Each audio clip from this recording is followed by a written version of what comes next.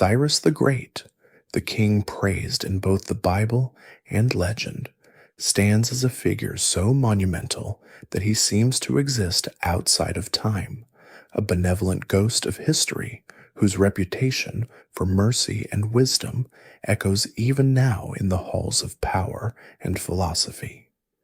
He is the standard against which other conquerors are measured, the author of a decree of freedom carved into a clay cylinder that speaks to us across 26 centuries about a radically humane vision for a multicultural empire. His shadow stretches from the dusty plains of Mesopotamia to the marble forums of ancient Greece, a testament to a legacy built not only with the spear, but with an astonishing capacity for grace. To understand him is to understand the dawn of a new idea of world order, one where disparate peoples could find a place within a single, sprawling political tapestry, their gods and customs respected under the watchful eye of a distant but just king. I'm glad you're here, wishing you peace, rest, and maybe a little historical inspiration before sleep. Take a moment to like the video and subscribe, but only if you genuinely enjoy what I do here. I'd love to know where and when you're listening from tonight. But before this legendary founder could etch his name into eternity, the land he would one day unite was already ancient, a vast and formidable stage steeped in the stories of even older kingdoms and forgotten peoples. This was the Iranian plateau, a colossal expanse of earth lifted between the Caspian Sea and the Persian Gulf, a territory defined by breathtaking and often brutal contrasts. In its heart lie two immense salt deserts, the Dasht-e-Kavir and the Dasht-e-Lot, silent, shimmering voids where the sun beats down upon cracked earth and the wind sculpts salt crystals into ghostly formations. Yet, guarding this arid interior are colossal mountain ranges, most notably the Zagros, which runs like a rugged spine along the land's western flank, its snow-capped peaks hoarding the precious water that feeds the fertile valleys tucked within its folds. It was a land that demanded resilience, a place where life clung to the riverbanks and oases, where settled farmers and nomadic pastoralists followed the rhythms of the seasons under an immense and open sky, their destinies shaped by the very ground beneath their feet. This geography was not merely a backdrop for history, it was an active participant, a force that isolated communities, fostered fierce independence, and ultimately created the conditions for empire. Long before the name Persia was ever whispered, this plateau was dominated by the sophisticated civilization of Elam, a kingdom whose origins stretch back into the misty depths of the 3rd millennium BCE, making it a contemporary of the great Sumerian city-states of neighboring Mesopotamia. The Elamite heartland lay in the warm, low-lying plains of what is now southwestern Iran, centered around its magnificent capital, Susa, a city of such profound antiquity that its foundations held the dust of countless generations. Susa stood as a vital hinge between two worlds, the river-fed plains of Mesopotamia to the west and the highlands of the Iranian plateau to the east, a position that made it a crucible of cultural exchange and a frequent flashpoint of military conflict. The Elamites developed a unique culture, including a fascinating and still only partially deciphered script known as Linear Elamite, a system of signs that represents one of history's tantalizing linguistic mysteries. Their pantheon was filled with powerful deities, often goddesses, and their devotion was materialized in stone and brick, most awe-inspiringly at the site of Chogha Zanbil. There, in the 13th century BCE, a king named Untash-Napirisha erected a colossal ziggurat, a sacred layered pyramid of baked brick dedicated to the great gods of Elam. Its silent, weathered tiers still standing today as a lonely and magnificent testament to a lost world of faith. Its discovery by archaeologists in the mid-20th century was like finding a forgotten mountain, a structure whose sheer scale revealed the immense wealth, organization, and spiritual ambition of this pre-Persian civilization. The Elamites were a constant presence in the story of the ancient Near East. Their relationship with the Mesopotamian kingdoms, a long and complex dance of trade, diplomacy, and brutal warfare that saw Elamite armies both sacking Babylonian cities and in turn having their own lands ravaged by vengeful Assyrian kings. Into this ancient world of established cities and kingdoms, a new people began to arrive, filtering slowly and quietly onto the Iranian plateau over the course of the second millennium BCE. These were the Indo-European tribes, semi-nomadic pastoralists migrating from the vast steppes of Central Asia, bringing with them their herds of livestock, their distinct languages, and their mastery of the horse. This was not a single, swift invasion, but a gradual process of settlement that unfolded over centuries, a trickling of new populations into the less densely inhabited highland regions. They were a people of the open spaces, their culture forged in mobility, and their arrival would fundamentally and permanently alter the destiny of the plateau. Two of these tribes were the Medes and the Persians, closely related groups who settled in different regions of the Zagros Mountains, living at first in scattered independent clans. For centuries, they remained minor players on the world stage, often paying tribute to the more powerful kingdoms that surrounded them, particularly the fearsome Neo-Assyrian Empire to the west, whose armies regularly campaigned in the mountains to extract resources and loyalty. Gradually, however, the balance of power began to shift as the Median tribes, living in the northwestern highlands around their future capital of Ecbatana, started to coalesce into a powerful confederation. Their unity was a direct response to the relentless pressure of Assyria, a defensive alliance that slowly blossomed into an offensive kingdom with ambitions of its own. By the 7th century BCE, the Medes had established a formidable dominion, subjugating the neighboring Persian tribes and forging the first great empire based on the Iranian plateau. They joined forces with the Babylonians to accomplish what had once seemed impossible, the complete and utter destruction of the Assyrian Empire, sacking its legendary capital of Nineveh in 612 BCE and inheriting a significant portion of its territories. The Medes were now the new masters of the Near East, their empire stretching from central Anatolia to the borders of Persia itself.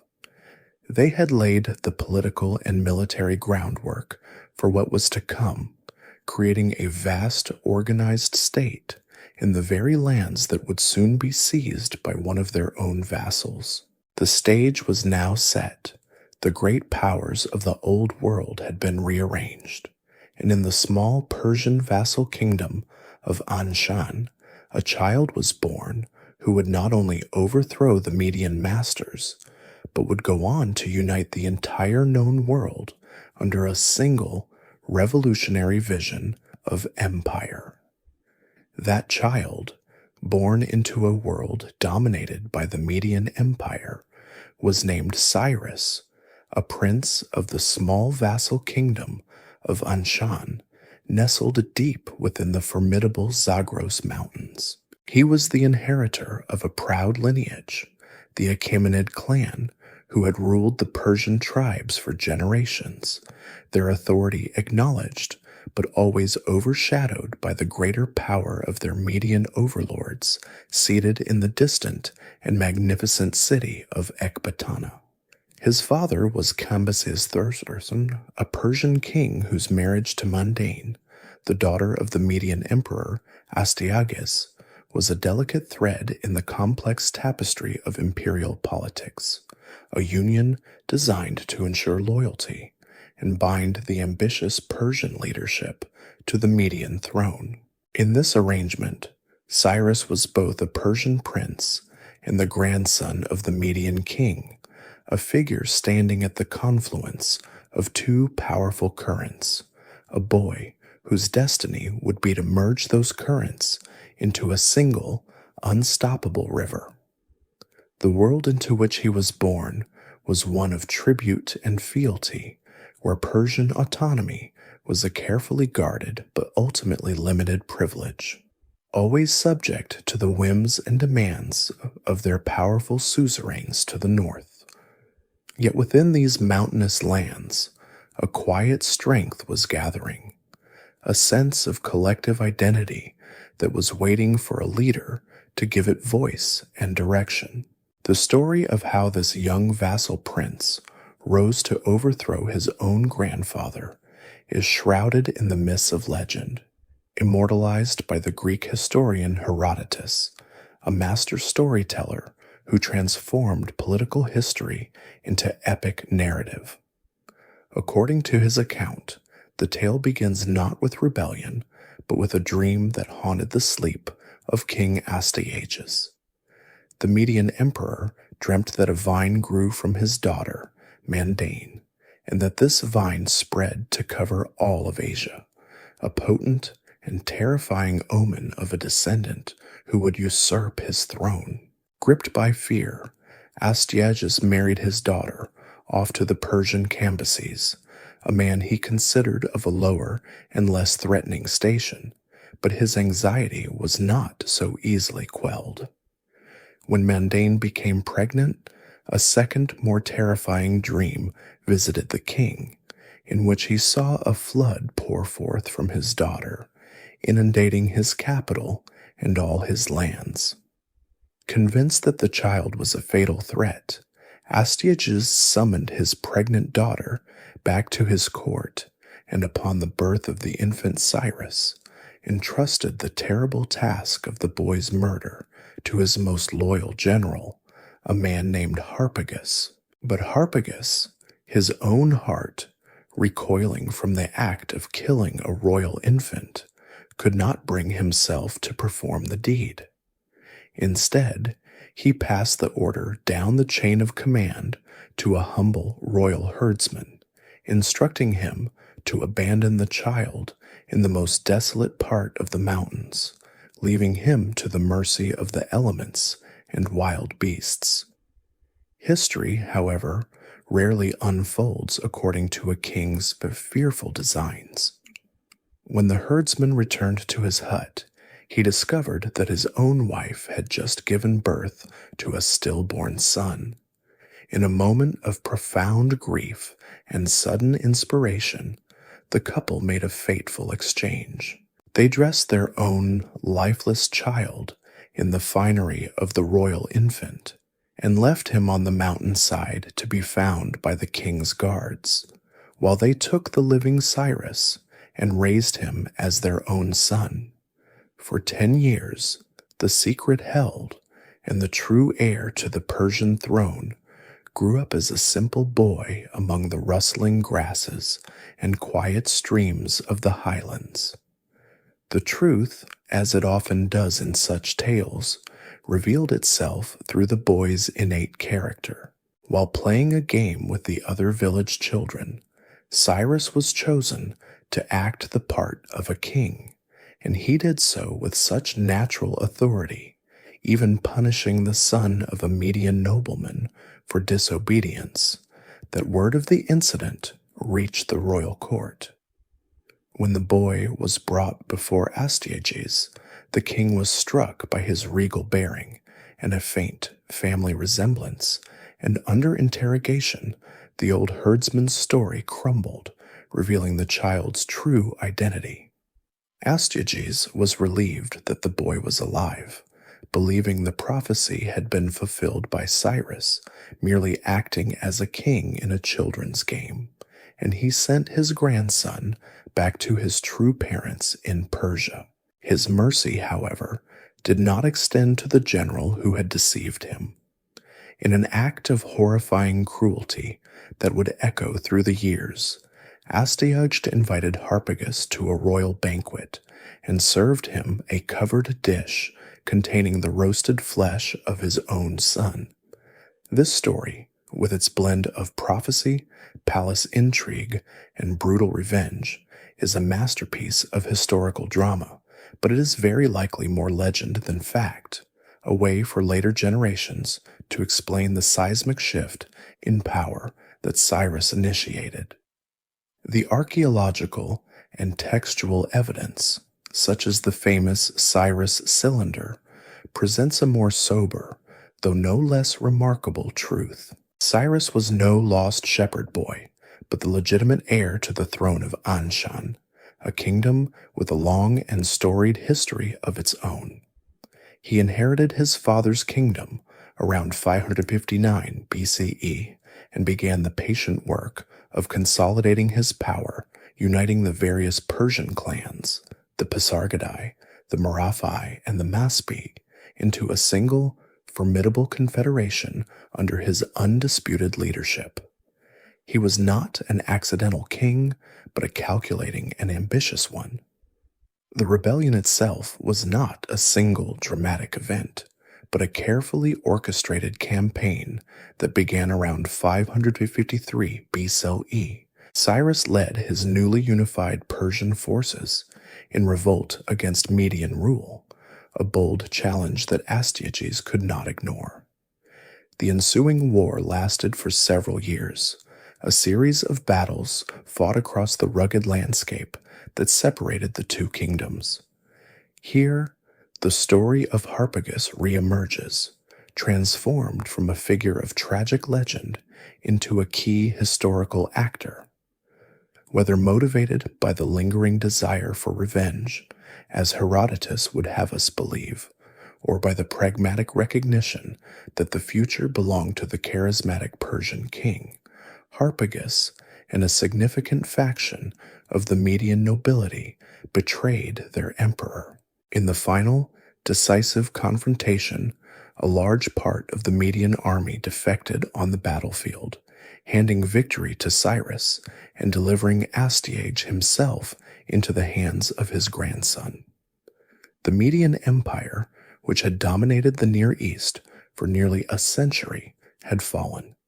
Yet what Cyrus did next demonstrated his true genius, a vision that looked beyond mere conquest.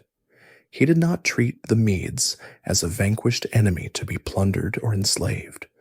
Instead, he portrayed himself as the legitimate successor to the Median throne, uniting the two peoples into a dual monarchy. He spared Astyages' life, treating him with honor, and he integrated the Median aristocracy, their generals, and their administrators into his own imperial structure. The Medes and the Persians would henceforth rule as partners, their combined strength far greater than the sum of their parts. The royal capital of Ecbatana was not sacked, but was adopted by Cyrus as one of his own administrative centers, a symbol of this seamless fusion of two cultures. This act of clemency and political shrewdness was the true foundation of the Persian Empire, creating a stable and loyal base from which he could now turn his gaze outward to the wider world that lay waiting, a world he was now poised to conquer. With the Medes and Persians now woven into a single, powerful entity, Cyrus could turn his attention from the internal consolidation of his new kingdom to the vast and wealthy empires that now lay upon his freshly drawn borders. To the west, across the rolling hills and high plateaus of Anatolia, lay the kingdom of Lydia, a land of legendary prosperity ruled from its opulent capital, Sardis. Lydia was commanded by King Croesus, whose name had become a whisper for unimaginable riches, a gleam of gold in the merchants' caravans that crossed the sun-scorched plains, a reputation born from his kingdom's control over the gold-bearing sands of the Pactolus River. Croesus watched the sudden seismic rise of Cyrus with a mixture of apprehension and opportunity, seeing in the fall of his Median allies a vacuum of power that he himself might be able to fill. Anxious to know his fate, he dispatched envoys laden with magnificent gifts to the most sacred oracle of the ancient world, the temple of Apollo at Delphi, nestled in the misty slopes of Mount Parnassus in Greece. The question he posed was one of stark simplicity. Should he cross the Halys River and make war upon the Persians? The answer he received from the priestess would become one of history's most famous and tragic ambiguities. If he did so, he would destroy a great empire. Blinded by ambition and interpreting the oracle in the most favorable light, Croesus gathered his formidable army, which included a fearsome cavalry, and marched eastward, crossing the Halys River into Persian territory. The initial clash between the two armies at the Battle of Tyria was a brutal and indecisive affair, a maelstrom of bronze and iron that left both sides bloodied but unbroken as dusk fell upon the battlefield. Believing that the campaign season was drawing to a close and that Cyrus would surely retreat to winter in his own lands, Croesus made a fatal miscalculation. He withdrew his forces to Sardis, and following the established customs of ancient warfare, disbanded many of his allied and mercenary troops, intending to reassemble a larger force the following spring. He had fatally underestimated the man he was facing. History, however, is often driven by the unforeseen, by the single bold decision that shatters all conventional wisdom. Instead of retreating, Cyrus pushed his army forward, marching them relentlessly through the harsh Anatolian winter in a surprise advance that caught the Lydian king completely off guard. The Lydians scrambled to meet this unexpected threat on the plains outside their capital. It was here that Cyrus deployed a brilliant and unconventional tactic. Knowing that the strength of the Lydian army lay in its cavalry, he placed his baggage camels at the front of his own lines. The Lydian war horses, unfamiliar with the strange scent and appearance of the camels, panicked, throwing their riders and rendering the most potent arm of Croesus's army utterly useless. The Lydian forces broke and fled back to the seemingly impregnable citadel of Sardis, a fortress perched high upon a sheer cliff face, believed by its defenders to be unassailable. For 2 weeks, the siege held, until a Persian soldier, watching the city walls with patient intensity, noticed a Lydian defender accidentally drop his helmet over the edge and then clamber down a hidden, treacherous path to retrieve it. A secret way had been revealed. That night, a small, elite Persian force followed the same path, scaled the supposedly sheer rock, and opened the gates from within. The city of Sardis, and with it the great Lydian Empire, had fallen. True to the oracle's prophecy, Croesus had indeed destroyed a great empire, his own. In a final act that cemented his growing reputation for mercy, Cyrus spared the captured king, reputedly saving him from a funeral pyre and making him a trusted advisor in his own court, a living testament to the victor's wisdom. Having secured the western flank of his empire and absorbed the immense wealth of Lydia, Cyrus then directed his strategic gaze toward the true heart of the ancient world, the last great Mesopotamian power, the Neo-Babylonian Empire. Babylon was more than a kingdom. It was a living legend, the most magnificent city on earth, its grandeur a source of awe and envy throughout the known world. Protected by colossal double walls, so thick that chariots could race upon their summit, and bisected by the mighty Euphrates River, the city seemed eternal, its fate guaranteed by its patron god, Marduk. Its current ruler, however, was a man named Nabonidus, a curious and unpopular king. He was an antiquarian and a religious reformer who had spent years away from his capital on a self-imposed exile in the Arabian desert, leaving his son Belshazzar to rule in his stead. More critically, Nabonidus had alienated the powerful and deeply conservative Babylonian priesthood by attempting to elevate the moon god Sin above the supreme deity Marduk, an act of sacrilege in the eyes of his people. This internal discontent created the perfect opening for an invader who was as skilled in propaganda as he was in warfare. In 539 BCE, the Persian army marched south. After a decisive victory at the Battle of Opis on the Tigris River, the path to Babylon lay open. Cyrus did not need to lay a long and brutal siege to the world's greatest fortress. Instead, he presented himself not as a foreign conqueror, but as a liberator, a righteous ruler chosen by Marduk himself to restore order and proper worship to the land. His agents had already been at work within the city, winning over disenchanted priests and nobles. The gates of Babylon were opened from the inside, and the Persian army entered the fabled city without a fight.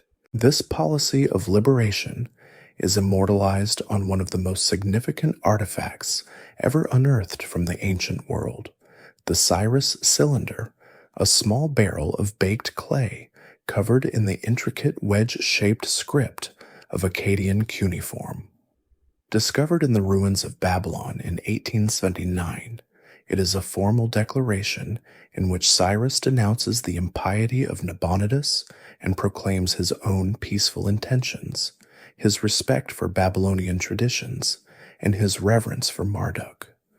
Most remarkably, it details his policy of allowing peoples who had been deported by the Babylonian kings to return to their native lands and rebuild their sacred temples. This decree had a profound consequence for one group in particular, the Jewish people who had been held in the Babylonian captivity for decades. For them, Cyrus was not a conqueror, but a savior, the fulfillment of a divine prophecy, a benevolent king who allowed them to return to Jerusalem and begin the construction of their second temple, an act of grace that earned him an honored and unique place in the Hebrew Bible.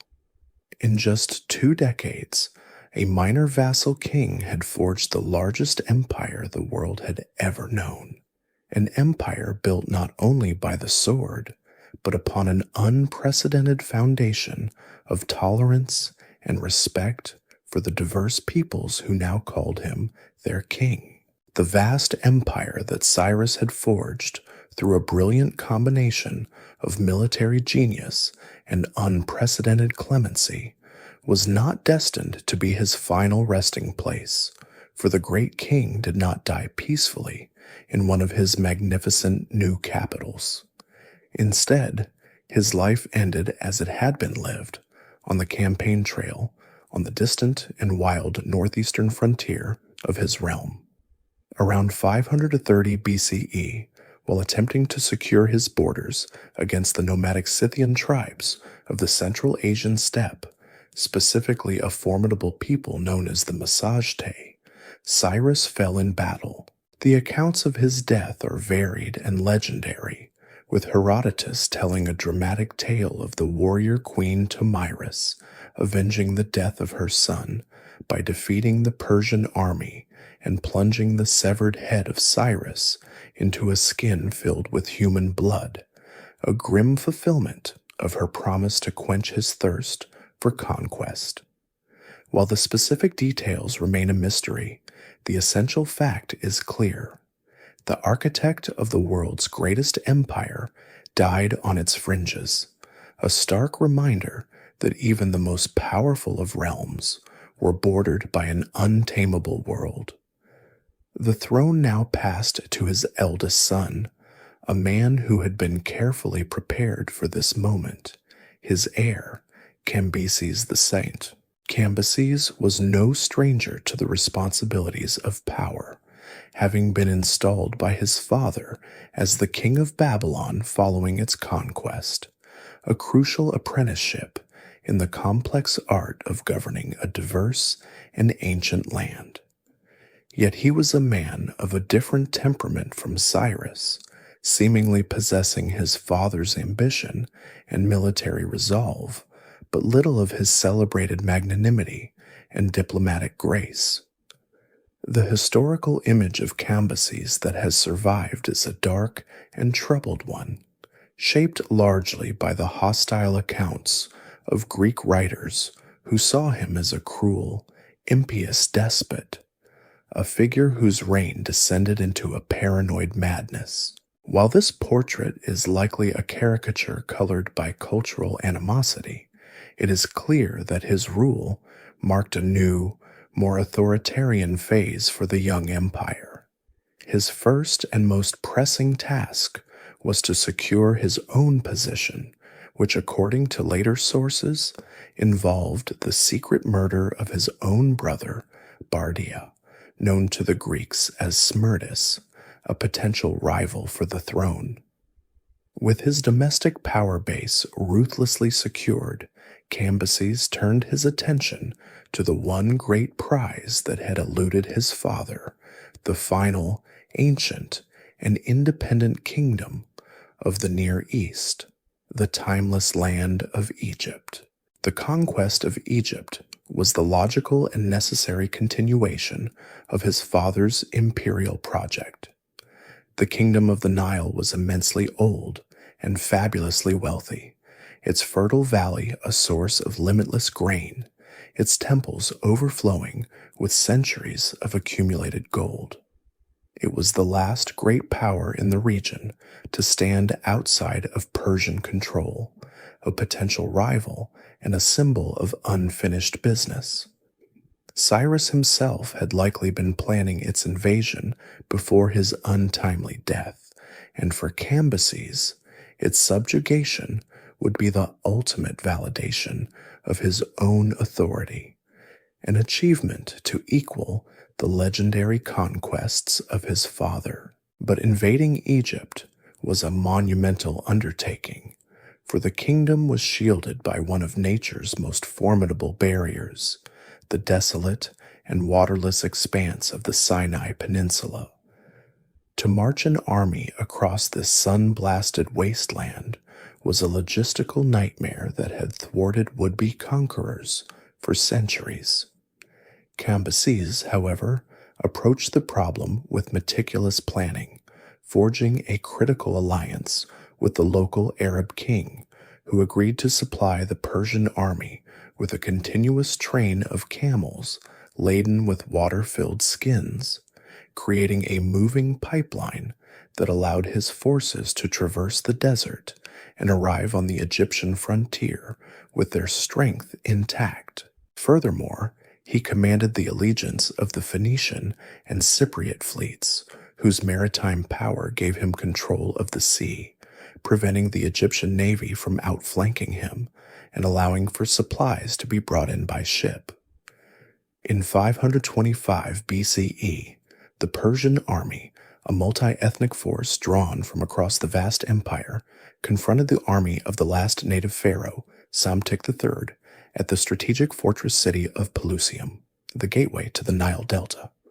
The battle was fierce, a clash of ancient powers on the sands of the eastern frontier. A later, perhaps embellished story tells of a cunning psychological tactic employed by Cambyses. Knowing the deep reverence the Egyptians held for certain animals, particularly cats, which were associated with the goddess Bastet, he allegedly had his frontline soldiers carry these sacred creatures before them, or perhaps painted their likenesses upon their shields.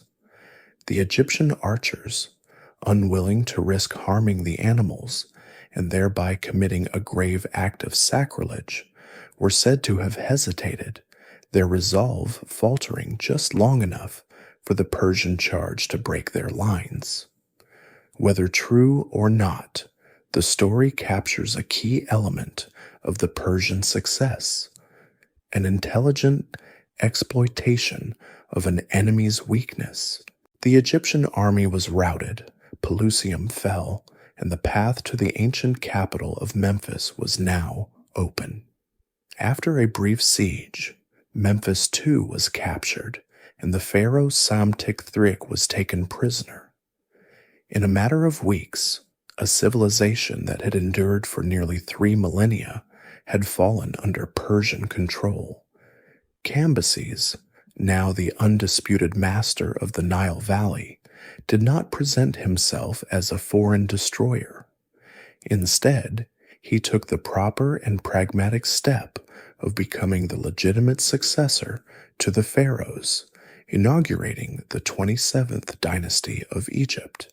He adopted the traditional royal titles, was depicted in Egyptian-style relief carvings, and performed the necessary religious rituals to legitimize his rule, including a visit to the temple of the goddess Neith at Sais. Egyptian sources from the period, such as the autobiography of a priest official named Uja-Horusnet, portray a ruler who, at least initially, respected local customs and restored order to the temples.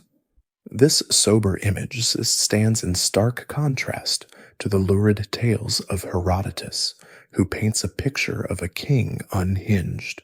According to the Greek historian, Cambyses' time in Egypt was marked by a descent into madness, punctuated by acts of sacrilege, such as the stabbing of the sacred Apis bull, a living incarnation of a god, and the desecration of temples.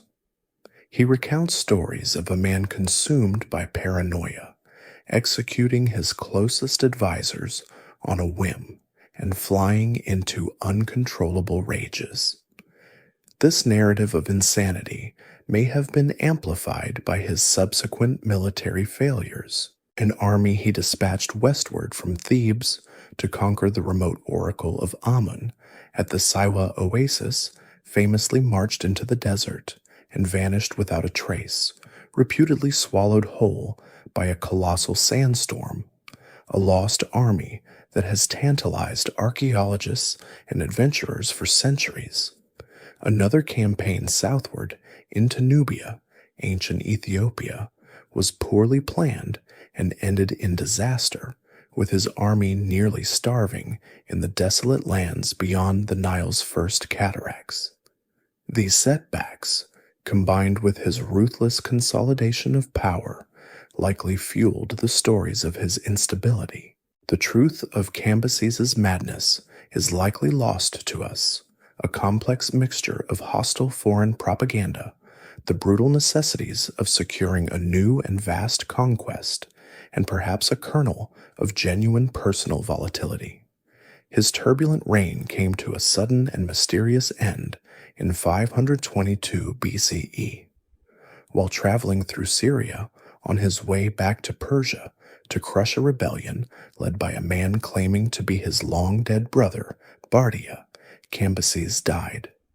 Herodotus claims it was from an accidental dagger wound to his thigh, which became gangrenous, a wound in the exact spot where he had sacrilegiously stabbed the Apis bull, a clear sign of divine retribution. The official Persian account simply states he died his own death. Whatever the cause, the king was dead, a usurper sat on the throne, and the immense Persian empire, barely a generation old, was suddenly teetering on the precipice of civil war and dissolution. With Cambyses dead in a distant land and the empire's heartland in turmoil, the vast political edifice constructed by Cyrus the Great stood on the verge of immediate collapse. The throne had been seized by a usurper, a Magian priest named Gaumata, who claimed to be Bardia, the younger son of Cyrus, who most of the nobility believed had been secretly murdered years earlier by his brother Cambyses. This false Bardia, as he would come to be known, was a popular figure, instituting sweeping tax cuts and a remission of military service, policies designed to win the allegiance of the common people and the subject nations who were weary of constant campaigning.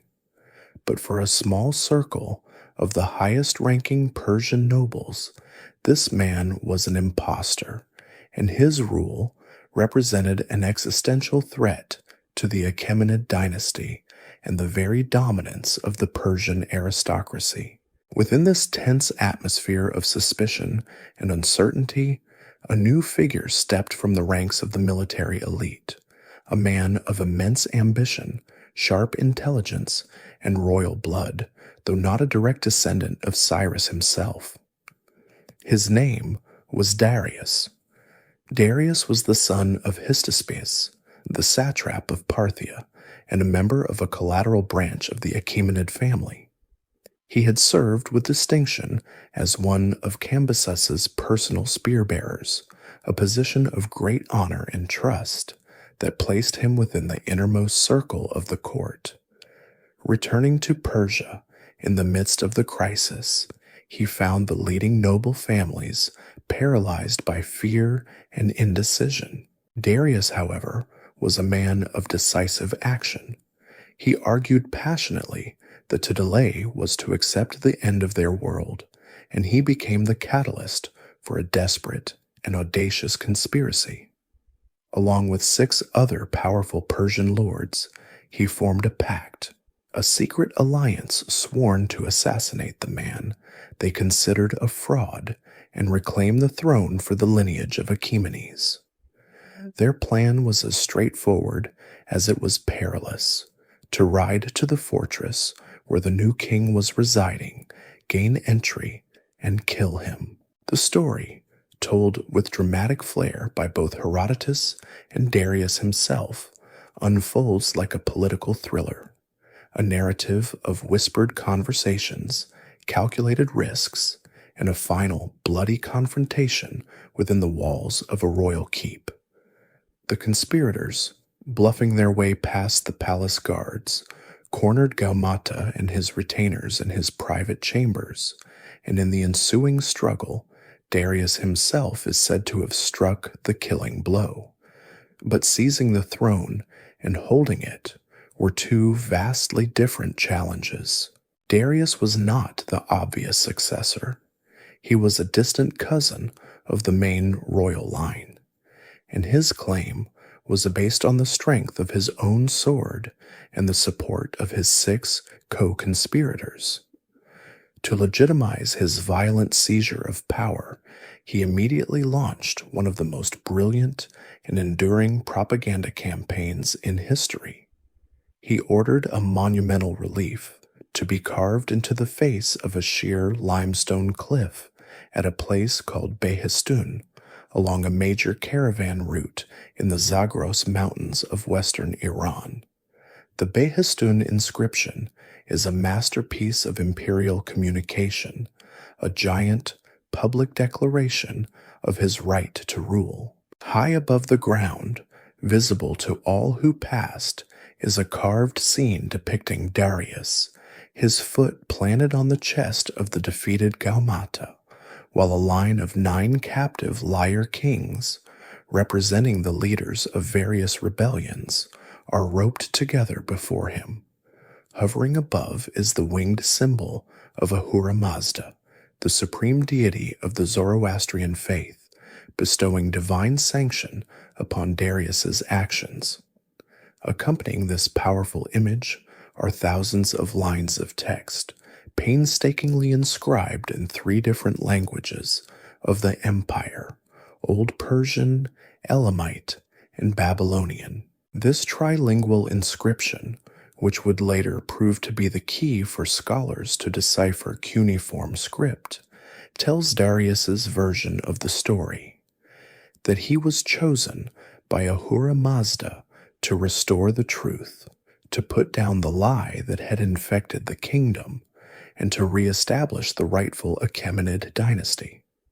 The inscription, however, was an assertion of victory, not a description of a peaceful transition. The death of the usurper did not bring order. It unleashed chaos. The very foundations of the empire began to crack as nearly every major province, seeing a moment of weakness and a king with a questionable claim, rose in open revolt. From the ancient cities of Babylonia to the mountainous highlands of Media, from the eastern satrapies of Parthia and Margiana to Elam in the southwest, ambitious local leaders declared their independence, each claiming to be the rightful heir of some ancient, long-suppressed royal line. The first year of Darius's reign, 522-521 BCE, was a maelstrom of violence, a desperate struggle for survival. He was forced to become a warrior king in perpetual motion, leading his loyalist armies in a relentless series of campaigns, crisscrossing thousands of miles of territory to crush one rebellion after another. The Behistun inscription soberly lists 19 major battles fought in that single terrible year.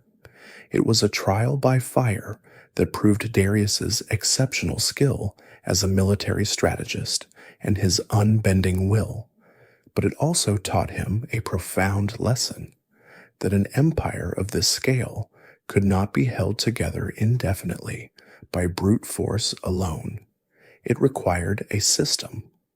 Once the fires of rebellion were finally extinguished, Darius undertook the monumental task of reorganizing the entire imperial structure, transforming it from a loosely held collection of conquered kingdoms into a coherent and stable administrative entity.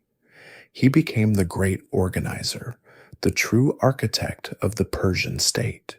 His most significant reform was the perfection of the satrapy system.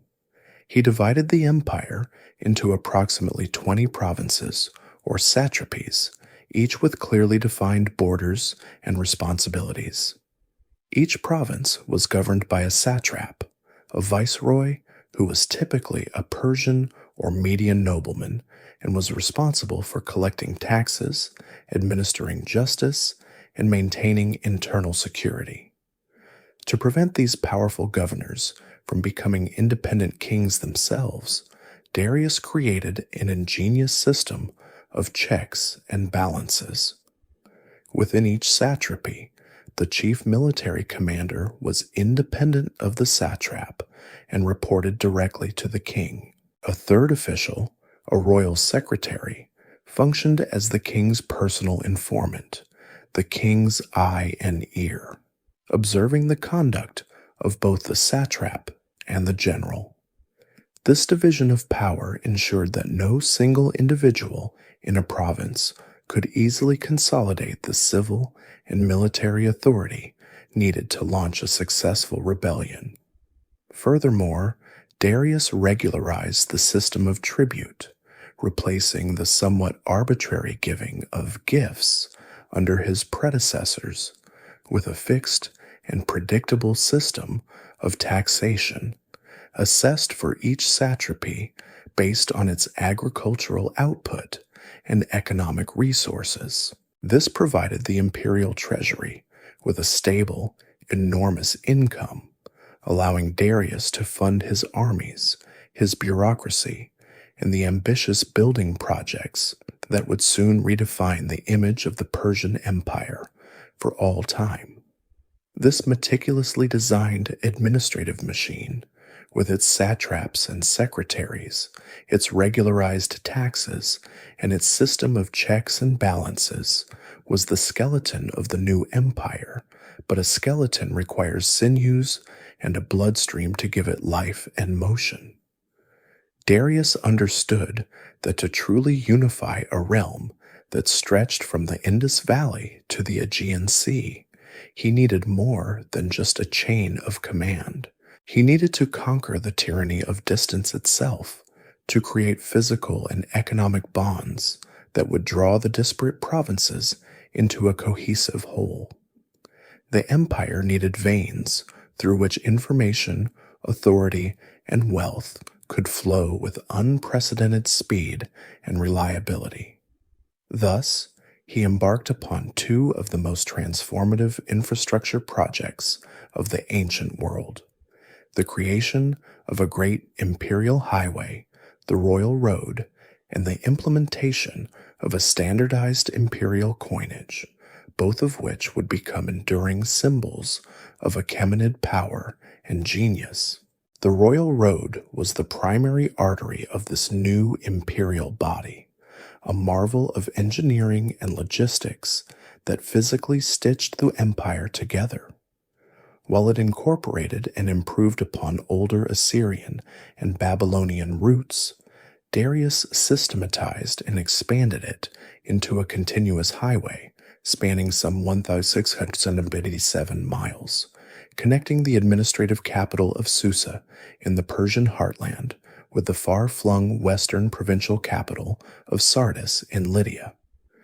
This was not a paved Roman road of flagstones, but rather a well-maintained gravel and dirt thoroughfare, graded and cleared, with bridges constructed over rivers and dangerous passes properly secured. Its true innovation, however, lay not in its surface, but in the system that supported it. Along its entire length, at regular intervals of roughly a day's journey, were established a series of over 100 posting stations, or caravanserai. Those fortified way stations were provisioned with fresh horses and supplies, providing a safe place for official travelers to rest and replenish their stores. For the most vital of all imperial traffic, the king's own messages, an even faster system was created, a relay of elite couriers known as Pirdazish. These express riders would gallop at full speed from one station to the next, where a fresh horse and rider would be waiting to carry the message pouch onward without a moment's delay. The Greek historian Herodotus, writing with a palpable sense of wonder, described this system with an admiration that has echoed through the ages, noting that nothing in the mortal world was swifter, for neither snow, nor rain, nor heat, nor the enveloping gloom of night could stay these couriers from the swift completion of their appointed rounds.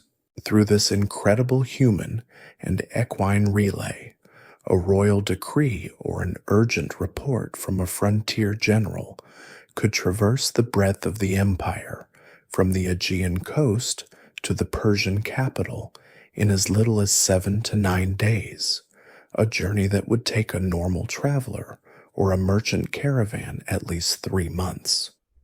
This road was far more than a simple postal route. It was the primary instrument of imperial control. It allowed for the rapid deployment of armies to quell rebellions or respond to external threats, turning the vast distances of the empire from a defensive liability into a manageable strategic landscape. It was the path along which the king's inspectors, his eyes and ears, traveled to make their surprise audits of the provincial governments, ensuring that the satraps remained loyal and effective. It was also a protected corridor for commerce, encouraging trade by providing a secure route for merchants, their caravans laden with textiles from Lydia, spices from the east, and metals from the highlands of Anatolia. Along this dusty, sun-beaten path, one could see the entire empire in microcosm.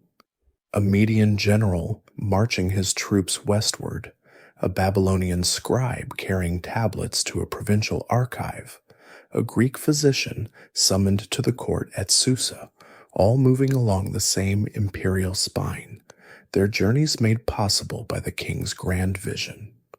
The road was the tangible physical manifestation of the unity Darius had fought so hard to impose, a line drawn across the map that made the abstract concept of a single, unified empire a daily, functional reality.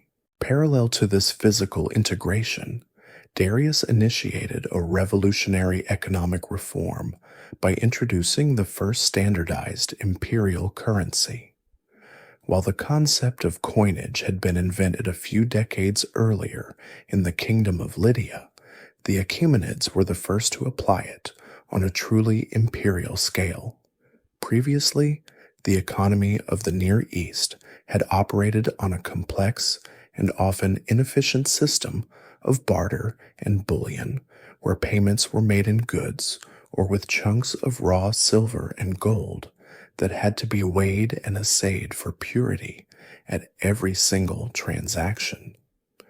Darius replaced this cumbersome system with a bimetallic currency of stunning quality and uniformity. He issued a thick gold coin of remarkable purity, weighing about 8.4 grams, which became known as the Daric after the king himself. Alongside it, he minted a silver coin, the siglos, with 20 sigloi being equivalent to 1 gold Daric. The design on these coins was a powerful piece of royal propaganda, a miniature mobile monument that fit in the palm of one's hand. Instead of a simple portrait, the coins depicted the image of the great king himself in a dynamic kneeling running pose, armed with a bow and spear, a symbol not of a static ruler, but of a vigorous and ever-watchful protector of the realm. The introduction of this reliable coinage had a profound effect on the economic life of the empire. It dramatically simplified the collection of taxes, as satrapies could now pay their fixed tribute in standardized, easily countable units of gold and silver, which flowed into the imperial treasuries at Susa and Persepolis, creating a central reserve of wealth on a scale never before seen. This vast treasury, in turn, allowed the king to fund his immense building programs, to pay his soldiers and administrators, and to finance his military campaigns with unprecedented efficiency. The coins also acted as a powerful stimulant for trade. Merchants no longer needed to carry cumbersome scales and touchstones. They could now conduct business across vast distances with a universally accepted medium of exchange, its value guaranteed by the authority and credibility of the great king. While the old systems of barter and bulk silver exchange continued to exist, especially at the local level, the Daric and the siglos became the preferred currency of international trade and state business, their consistent purity and weight making them the most trusted currency in the ancient world. The royal road provided the physical pathways for connection, but it was the golden Daric that provided the universal language of value, a silent but potent symbol of Persian power that circulated through the marketplaces of Babylon, the ports of Phoenicia, and the Greek cities of Ionia, carrying the image of the archer king to every corner of his vast and prosperous domain. With the empire's vast territories, now bound together by the steady pulse of couriers on the royal road and the unifying gleam of the golden Daric. Darius sought to create something more profound than a well-managed state. He wished to build its soul. The traditional capitals, the bustling administrative center of Susa, the ancient commercial heart of Babylon, the cool summer retreat of Ecbatana, were all inherited cities, their stones steeped in the histories of other peoples, their layouts dictated by the needs of previous kings. Darius envisioned a new center, a place that was purely and unapologetically Persian, a ceremonial capital that would not merely govern the empire, but would embody its very essence, its power, and its novel ideology of a harmonious, multicultural world order. For this grand project, he chose a site in the heart of the Persian homeland, in the fertile Marv-Dasht plain, at the foot of a mountain the locals called Ku-e-Rahmat, the Mountain of Mercy. Here, beginning around 515 BCE, a city would rise that the Greeks would later name Persepolis, the city of the Persians, a place built not for conquest or commerce, but for ceremony and awe.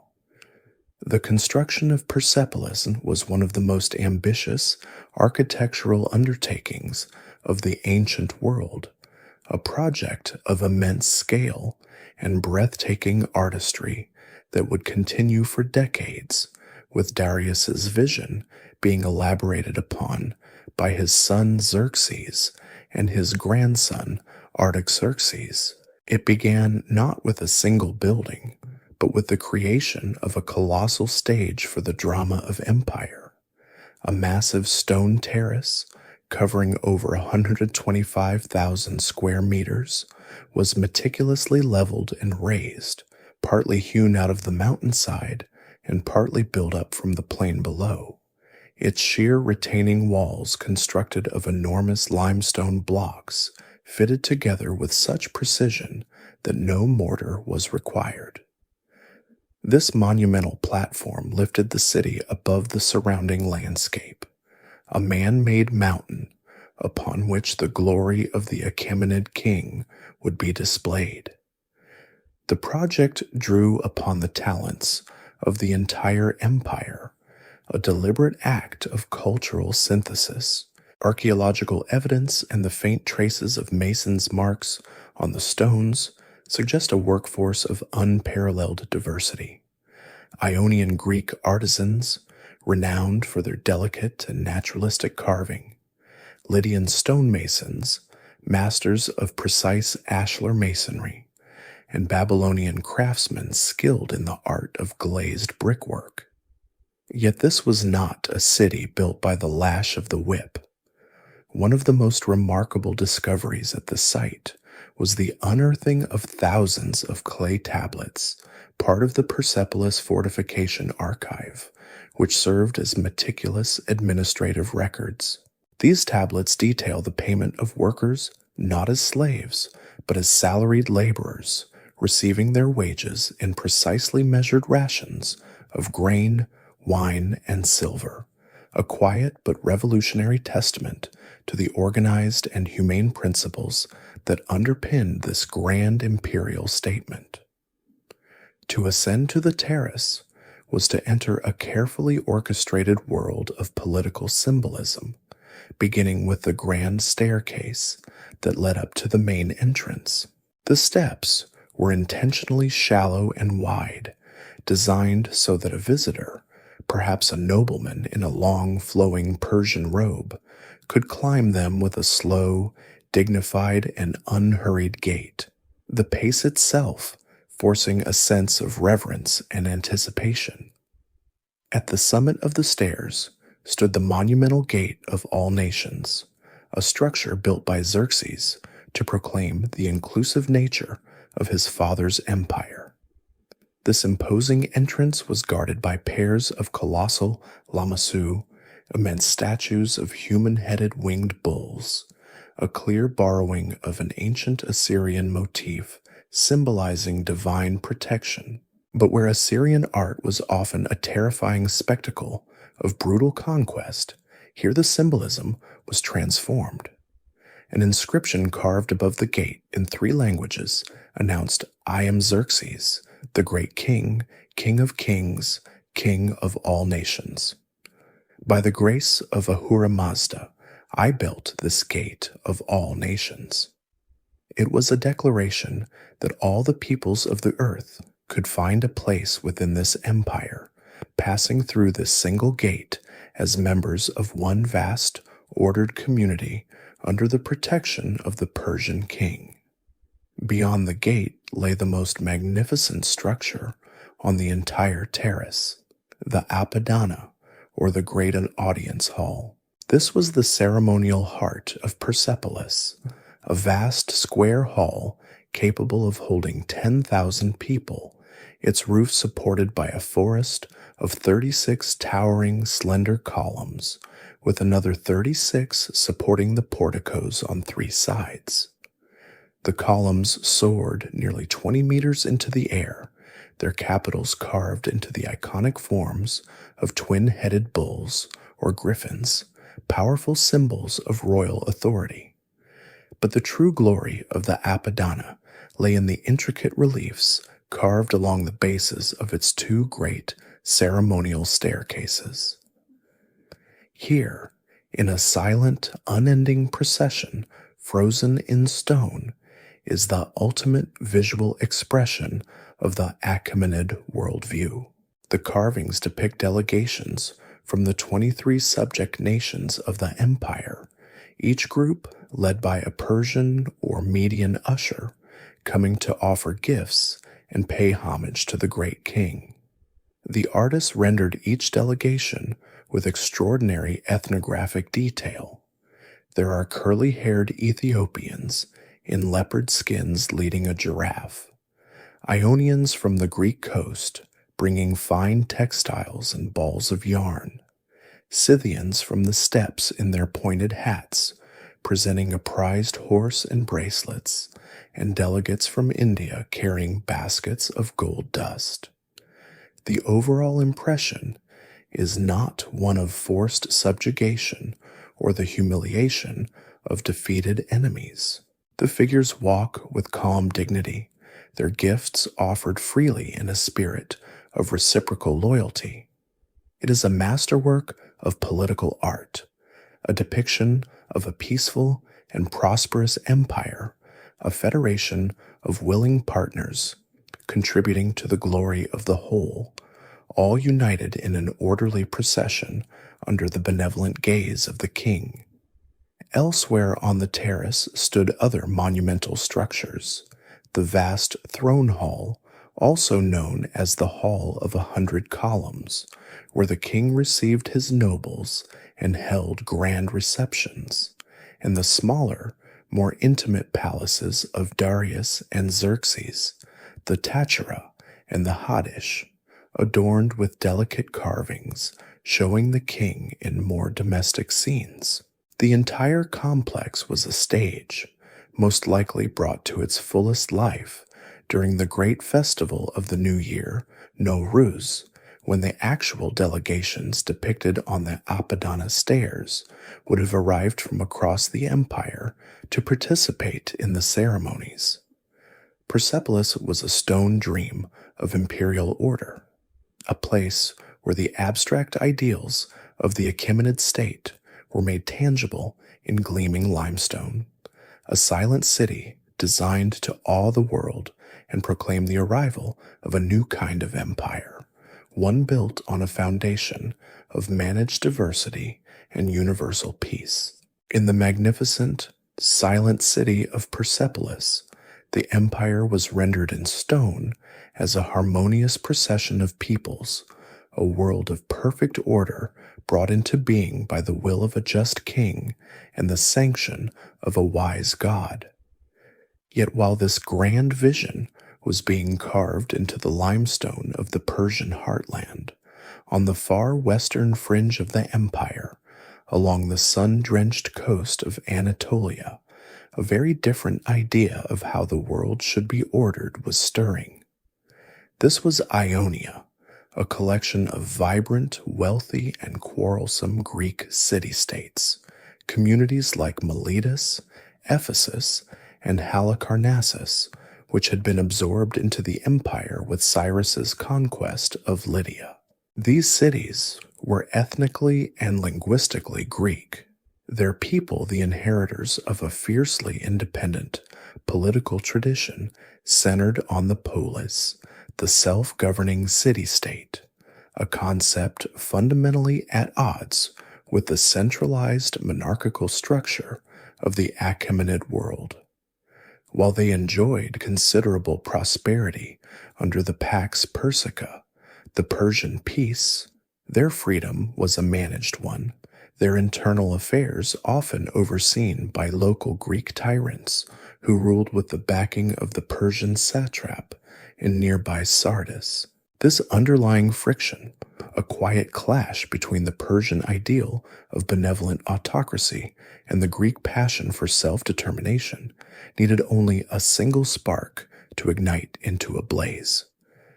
That spark came around 499 BCE from an ambitious and desperate man named Aristagoras, the tyrant of Miletus. After leading a costly and humiliatingly unsuccessful military expedition to conquer the island of Naxos on behalf of his Persian overlords, Aristagoras found himself in a precarious position, fearing punishment and removal from power. In a daring act of self-preservation, he decided to gamble everything on a grand rebellion. He renounced his own tyranny, declared Miletus a democracy, and called upon the other Ionian cities to rise up, throw off the Persian yoke, and reclaim their ancient liberties. It was a potent message that found fertile ground in the restless cities of the coast, and soon a full-blown revolt was underway.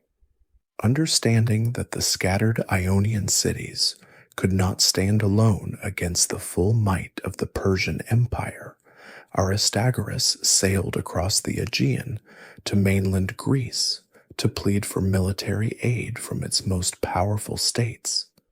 His first stop was Sparta, the austere and militaristic society whose formidable hoplite army was the most feared in the Greek world. There, he unrolled a bronze map of the known world, showing the Spartan king Cleomenes the vast lands and immense wealth of the Persian Empire, promising an easy victory. The pragmatic Spartan king was unimpressed, asking how long the journey was from the sea to the Persian capital of Susa. When Aristagoras naively admitted it was a 3-month march, Cleomenes ordered him to leave Sparta before sunset, wanting no part in such a distant and perilous venture. Thwarted in Sparta, Aristagoras traveled to the rising city-state of Athens. Here, in the birthplace of a radical new experiment called democracy, he found a far more receptive audience. The Athenians felt a strong sense of kinship with their Ionian cousins, and having recently expelled their own tyrant, were ideologically sympathetic to a struggle for freedom. In what would prove to be one of the most fateful decisions in ancient history, the Athenian assembly voted to send a contingent of 20 warships to aid the revolt, a gesture of solidarity later joined by 5 ships from the city of Eretria. This small fleet was, in the words of Herodotus, the beginning of troubles for both Greeks and barbarians. In 498 BCE, the allied Greek force, bolstered by Ionian rebels, marched inland and achieved a stunning initial success. They caught the Persians by surprise and managed to capture and burn the lower city of Sardis, the administrative capital of the entire western half of the Persian Empire. The sight of the satrapal capital in flames was a profound humiliation for Persia, an unprecedented act of defiance that sent shockwaves across the realm. The fire, however, accidentally consumed a sanctuary of the local goddess Cybele, an act of sacrilege that the Persians would neither forget nor forgive. The burning of Sardis was the high-water mark of the revolt. The Greeks were unable to take the heavily fortified citadel and were soon forced to retreat, hunted down and defeated by a hastily assembled Persian army. For Darius, sitting in his distant palace, the news was an outrage. The rebellion of his Ionian subjects was a domestic problem to be crushed, but the intervention of the Athenians and Eretrians was an act of foreign aggression, an intolerable insult to his sovereignty.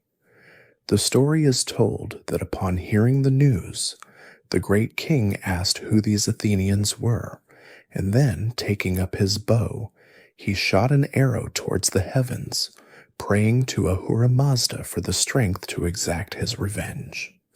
He then commanded one of his servants to stand before him at every meal and repeat 3 times the solemn injunction, "Master, remember the Athenians." The imperial response was slow but methodical and utterly crushing.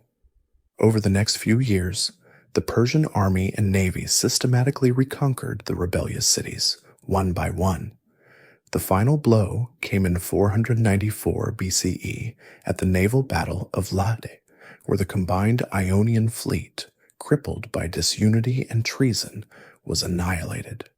The city of Miletus, the cradle of the revolt, was besieged, captured, and razed to the ground, its people killed or deported, a brutal and unambiguous message to any other subjects who might harbor thoughts of rebellion.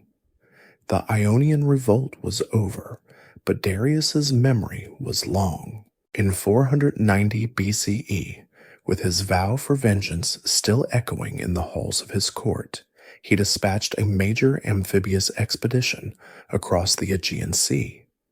This was not a full-scale invasion intended to conquer Greece, but a punitive campaign led by his general Datis and his nephew Artaphernes. Their objectives were clear: to punish Eretria and Athens for their role in the burning of Sardis, to reinstate the exiled Athenian tyrant Hippias, and to bring the Greek mainland under Persian dominion.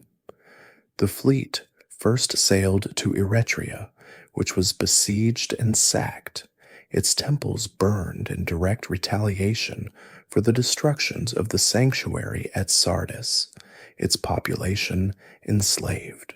The Persian force then sailed on, landing in the wide crescent-shaped bay of Marathon, about 26 miles northeast of Athens, a site chosen on the advice of Hippias as being ideal for their superior cavalry. The Athenians, facing an existential threat, marched out their entire army of citizen soldiers, the hoplites, taking up a position in the hills overlooking the plain.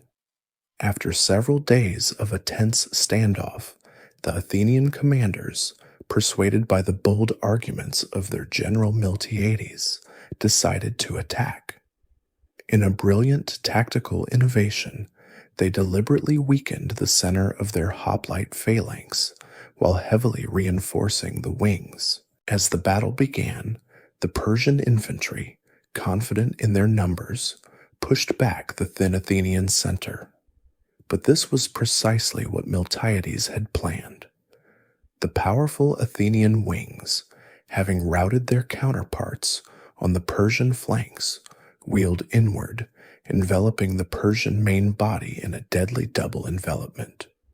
Caught in a trap, the Persian soldiers, lightly armed compared to the bronze-clad hoplites, broke and fled in a panic back towards their ships.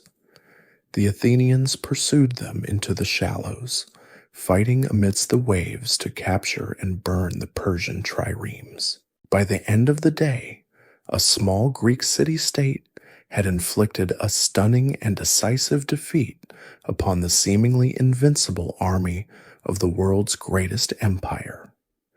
The victory at Marathon was more than just a military success.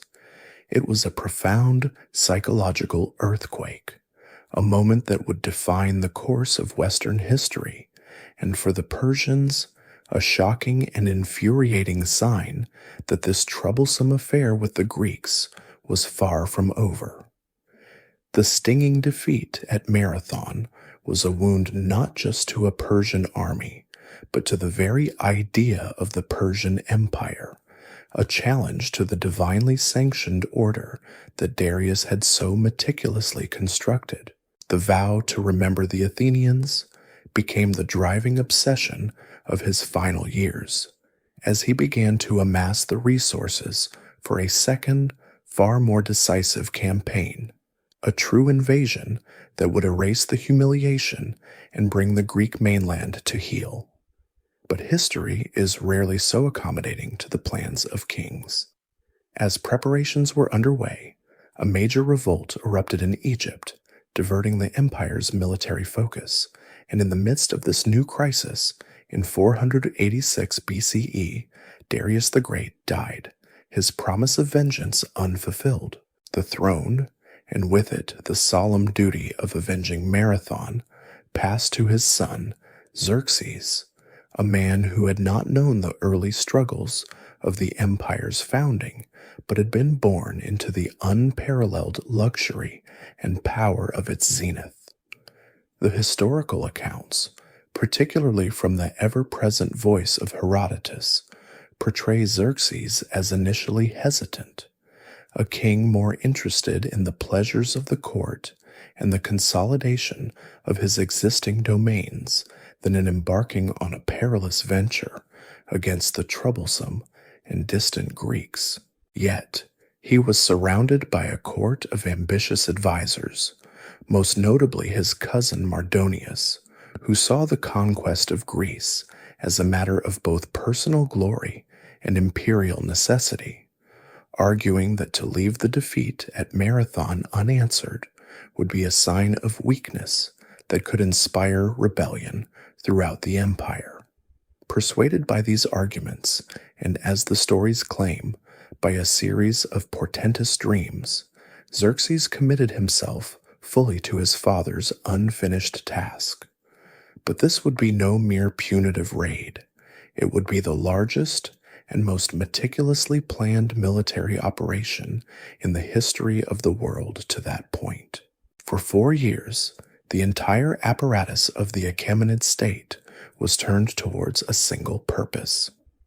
A call for troops went out to every corner of the vast domain, and a multi-ethnic army of staggering proportions began to assemble in Anatolia, a river of humanity that included not just Medes and Persians in their colorful scale armor, but also Assyrians with their bronze helmets, Bactrians with their short bows, Indians in cotton dhotis, and Ethiopians clad in the skins of leopards. The logistics alone were a monumental undertaking, with vast depots of grain, salted meat, and wine established all along the planned invasion route through Thrace and Macedonia. Yet 2 engineering projects undertaken in preparation for the invasion stand as breathtaking testaments to the sheer scale of Xerxes' ambition and the limitless resources at his command. Remembering that a Persian fleet had been wrecked years earlier while trying to round the treacherous, storm-lashed coast of the Athos Peninsula, Xerxes ordered a canal to be dug straight through the base of the headland, a channel wide enough for 2 warships to pass abreast. For 3 years, thousands of laborers toiled to sever the mountain from the mainland, a feat of engineering so audacious that it seemed to bend geography itself to the king's will. Even more symbolic was the bridging of the Hellespont, the strait separating Asia from Europe. 2 immense pontoon bridges, one for the army and one for the baggage train and animals, were constructed by lashing hundreds of ships together, anchored against the powerful currents, and planked over to create a stable roadway, a tangible and arrogant act of subjugating the natural world.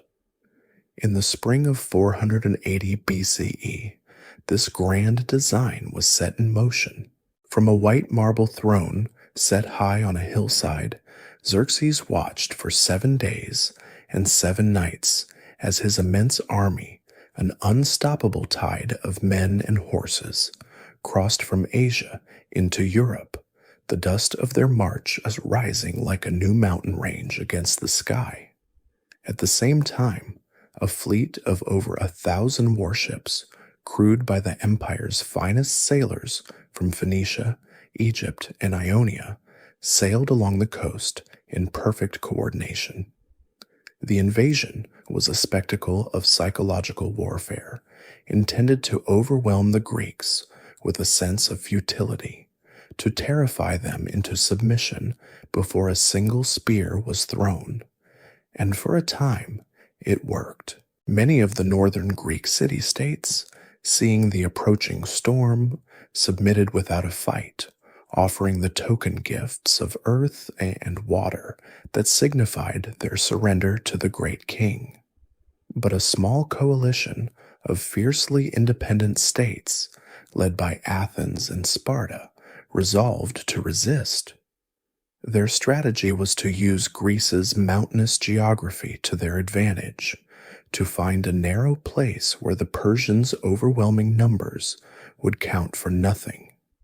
They chose a slender pass squeezed between the mountains and the sea, a place whose name meant the Hot Gates, Thermopylae. Here, a tiny Greek force, led by the Spartan king Leonidas and his 300 elite royal bodyguards, along with several thousand other allied hoplites, fortified the narrowest point of the pass and awaited the Persian deluge.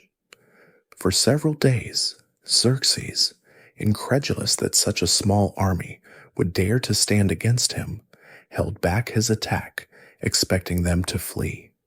When they did not, he sent in his crack troops, including his own elite royal guard, the 10,000 immortals. But in the claustrophobic confines of the pass, the Persians' superior numbers were useless. Wave after wave of his best soldiers were thrown against the unyielding Greek wall of bronze shields and long spears, their attacks repulsed with horrific casualties. The disciplined Spartan phalanx held firm in a space so tight that the Persians could not bring their archery or cavalry to bear. The stalemate was finally broken, not by force, but by betrayal. A local Greek man named Ephialtes, hoping for a rich reward, revealed to Xerxes the existence of a hidden mountain path that would allow the Persians to outflank the Greek position. When Leonidas learned that he was surrounded, he dismissed the bulk of the allied force, choosing to remain in the pass with his 300 Spartans and a small contingent of Thespians and Thebans to fight to the last man, a final, sacrificial stand to delay the Persian advance and buy time for the rest of Greece. Their heroic last stand became the stuff of legend, a symbol of courage against impossible odds, but for Xerxes, it was merely the costly removal of an irritating obstacle. With the pass at Thermopylae finally cleared, the road to central Greece lay open. The Persian army marched south, and upon reaching Athens, they found the city nearly deserted, its population having been evacuated to the nearby island of Salamis, on the advice of the cunning Athenian statesman Themistocles. Xerxes entered the city, and in a symbolic act of retribution that had been a decade in the making, he ordered the beautiful temples on the Acropolis, including the old temple to Athena, to be put to the torch, a fiery answer to the ashes of Sardis. From the shore, the evacuated Athenians watched in horror as the sacred heart of their city went up in flames. The Persian king believed his mission was now complete, but the Greek fleet remained intact, sheltered in the narrow straits between the mainland and Salamis. Against the advice of some of his commanders, Xerxes, eager for a final, decisive victory, ordered his massive fleet to enter the straits and destroy the Greek navy. It was a fatal error. Lured into the confined waters by a false message from Themistocles suggesting the Greeks were about to flee, the larger, less maneuverable Persian ships became hopelessly entangled, unable to form a proper battle line. The smaller, more agile Greek triremes, powered by citizen rowers fighting for their very homes, rammed and sank the Persian vessels in a chaotic, brutal melee. From his golden throne on the slopes of Mount Agaleo, Xerxes watched in disbelief as his invincible navy was systematically shattered. The Battle of Salamis was a catastrophic and humiliating defeat. Fearing that the victorious Greek fleet might sail to the Hellespont and destroy his bridges, cutting off his line of retreat, Xerxes made the decision to return to Asia with the bulk of his army, leaving Mardonius behind with a still formidable force to complete the conquest the following year. The great invasion had been halted, its aura of invincibility broken, not by an army of comparable size, but by the strategic use of geography and the desperate courage of a people determined to remain free. The catastrophic failure of the Great Invasion marked a profound and permanent turning point in the history of the Achaemenid Empire. The dream of westward expansion was shattered, broken against the stubborn resistance of a handful of small city-states, and the aura of divine favor and military invincibility that had surrounded the Persian throne for 2 generations was irrevocably tarnished. Though Xerxes had retreated to the safety of Asia, the war was not yet over. The large and still dangerous army he had left behind in Greece, under the command of his veteran general, Mardonius, prepared to complete the subjugation the following spring. In 479 BCE, the decisive land battle was finally fought on the plains of Plataea in Boeotia. Here, the largest Greek hoplite army ever assembled, led by the Spartan regent Pausanias, confronted the Persian force in a brutal, sprawling engagement. The battle culminated in the death of Mardonius himself, and with their commander slain, the Persian army lost its cohesion and was utterly routed. On or around the same day, in a stunning display of coordinated fate, the remnants of the Persian fleet were destroyed at the Battle of Mycale on the Ionian coast, where a Greek naval force landed and incited another revolt among the Ionian cities. The Second Greco-Persian War had ended in a complete and humiliating Persian defeat. For Xerxes, now residing in his distant capitals, the news from the West was a final, bitter confirmation of his failure. The latter half of his reign marks a significant shift in imperial focus, a great turning inward. The era of relentless, ambitious expansion that had defined the reigns of Cyrus, Cambyses, and Darius was over. The empire, for the first time, was on the defensive, its primary concern shifting from acquiring new territories to simply holding on to the vast and diverse lands it already possessed. Xerxes abandoned any further thoughts of European conquest and instead channeled the immense resources of the state into the completion of the grand architectural projects his father had begun. It was under Xerxes that Persepolis reached its most magnificent state. He completed the great Apadana, finished his father's palace, and erected the monumental Gate of All Nations, with its colossal winged bulls and its proud inscription, declaring his rule over a multitude of peoples. He also commissioned the construction of the vast Hall of 100 columns, an even larger audience hall than the Apadana, a testament to an empire whose power was now expressed not through military victory, but through overwhelming architectural grandeur and opulent display. This inward turn, however, was not only architectural, but also political and cultural. The royal court, no longer energized by the demands of constant campaigning, became a more isolated and self-contained world, a gilded cage of ceremony, luxury, and increasingly of dangerous intrigue. The dynamism of the empire's early years began to cool and solidify into a more rigid and decadent formalism. The king, once a warrior who led his armies from the front, became an increasingly remote and quasi-divine figure, insulated from the realities of his vast realm by layers of court etiquette and the growing influence of powerful courtiers. It was in this atmosphere of opulent stagnation that the dark undercurrents of harem politics, personal rivalries, and succession anxieties began to fester.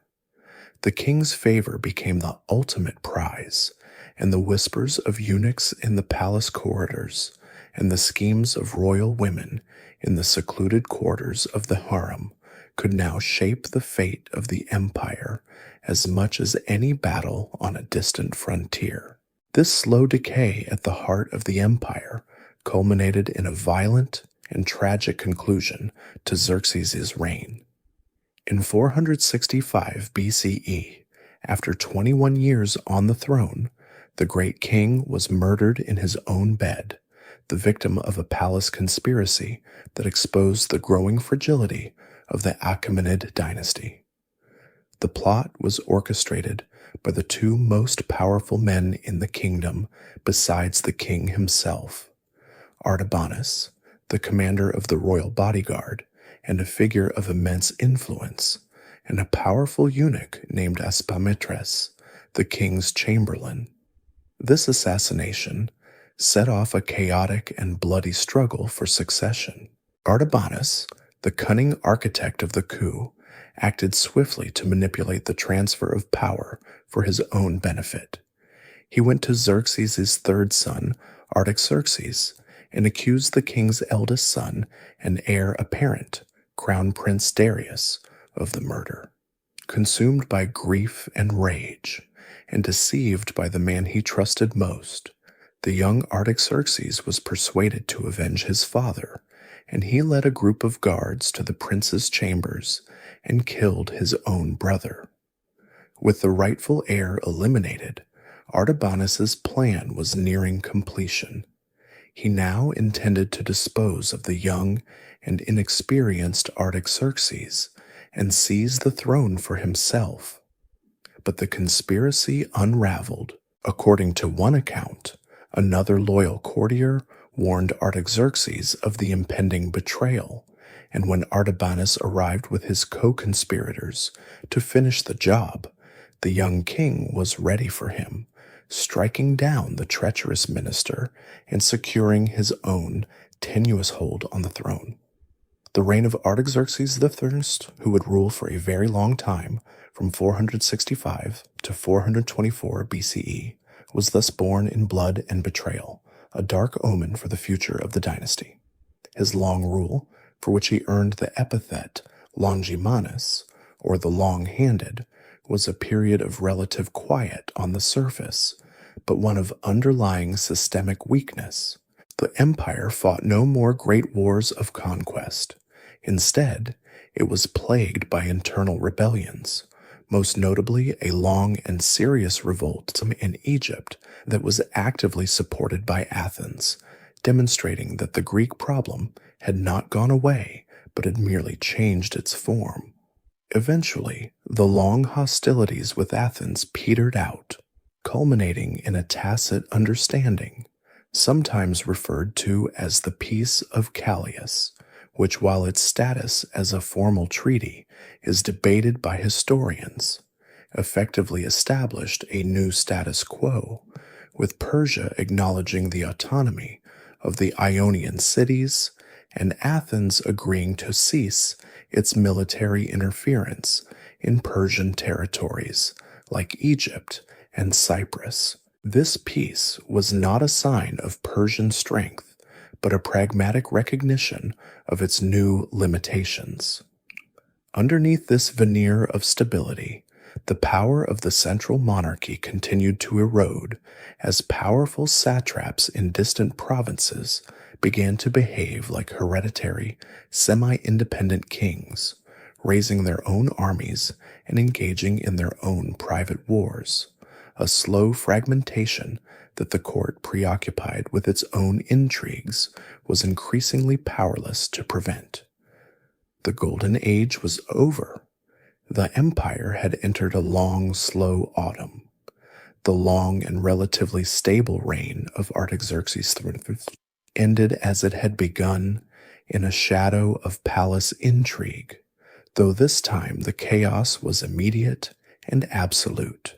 His death in 424 BCE precipitated a succession crisis of bewildering speed and brutality. His only legitimate son, Xerxes II, ascended to the throne only to be assassinated a mere 45 days later by his half-brother, Sogdianus. Sogdianus, in turn, held the throne for a turbulent 6 months before being overthrown and executed by yet another half-brother, a powerful satrap named Ochus, who finally brought a bloody end to the turmoil by taking the throne name Darius II. This sordid sequence of events, a dark opera of fratricide played out in the corridors of power, was a stark and public symptom of the deep-seated decay that had taken root within the Achaemenid dynasty.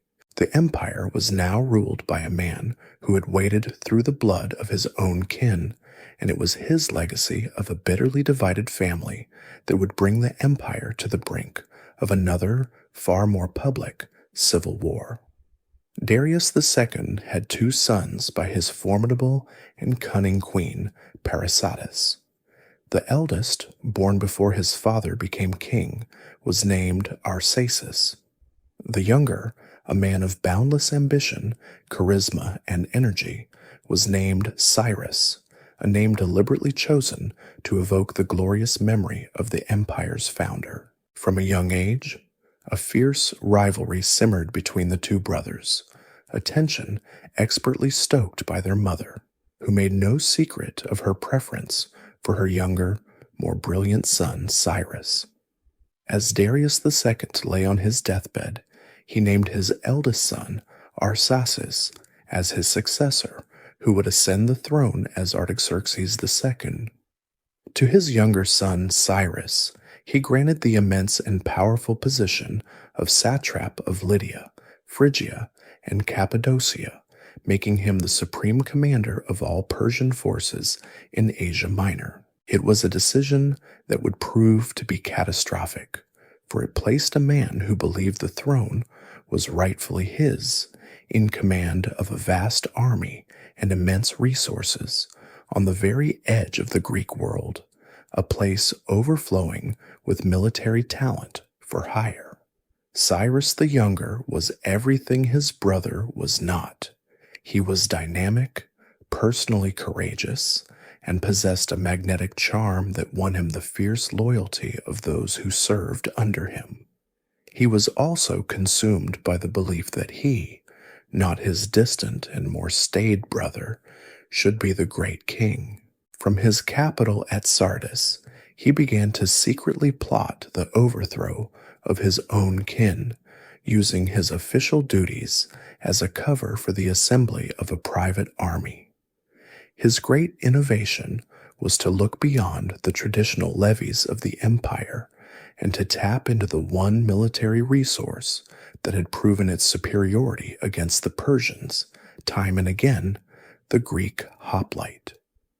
The end of the long Peloponnesian War between Athens and Sparta had left the Greek world awash with thousands of unemployed, battle-hardened professional soldiers, men who knew no other life than war, and who would sell their skill with the spear and shield to the highest bidder. Cyrus, with the vast wealth of his satrapy at his disposal, began to recruit them in secret, enlisting a force of over 10,000 of these formidable mercenaries, a private army that would become immortalized in history as the 10,000. To deceive his brother and the other satraps, he pretended that he was gathering this force to pacify unruly mountain tribes in Pisidia, a plausible and convenient lie that masked his true treasonous intentions. In the spring of 401 BCE, the great gamble began. Cyrus led his army out from Sardis on a march that he announced was destined for the east, though its true destination remained a closely guarded secret. The 10,000, commanded by a Spartan general named Clearchus, marched alongside the far larger force of Cyrus's Asian troops, their bronze armor and disciplined ranks a stark contrast to the colorful and varied attire of the imperial levies. For months they marched, crossing Anatolia, passing through the Cilician gates, and heading down into Syria, moving ever deeper into the heart of the Persian Empire. The Greek soldiers grew increasingly uneasy, realizing that this was no minor provincial campaign. Finally, on the banks of the Euphrates River, Cyrus revealed his true purpose. They were marching on Babylon to depose his brother and make him the great king. He promised them riches beyond their wildest dreams, and though they were now too far into hostile territory to turn back, the sheer magnetism of Cyrus and the scale of his promised rewards won them over. They crossed the great river and plunged into the Mesopotamian plains, into the very heart of his brother's kingdom. Artaxerxes II, having finally been alerted to the scale of the betrayal, had gathered a colossal army and marched out from Babylon to confront the usurper.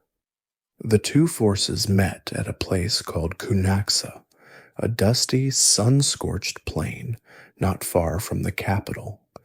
The ensuing battle was a study in contrasts. On the right flank of the rebel army, the 10,000 stood like a wall of solid bronze. When they advanced, they did so with the terrifying, disciplined precision of the Greek phalanx, sweeping away the Persian forces opposite them with barely a casualty. The Greek wing was completely victorious, and the battle seemed won. But Cyrus, positioned in the center with his elite Persian cavalry, saw his brother's command post across the field.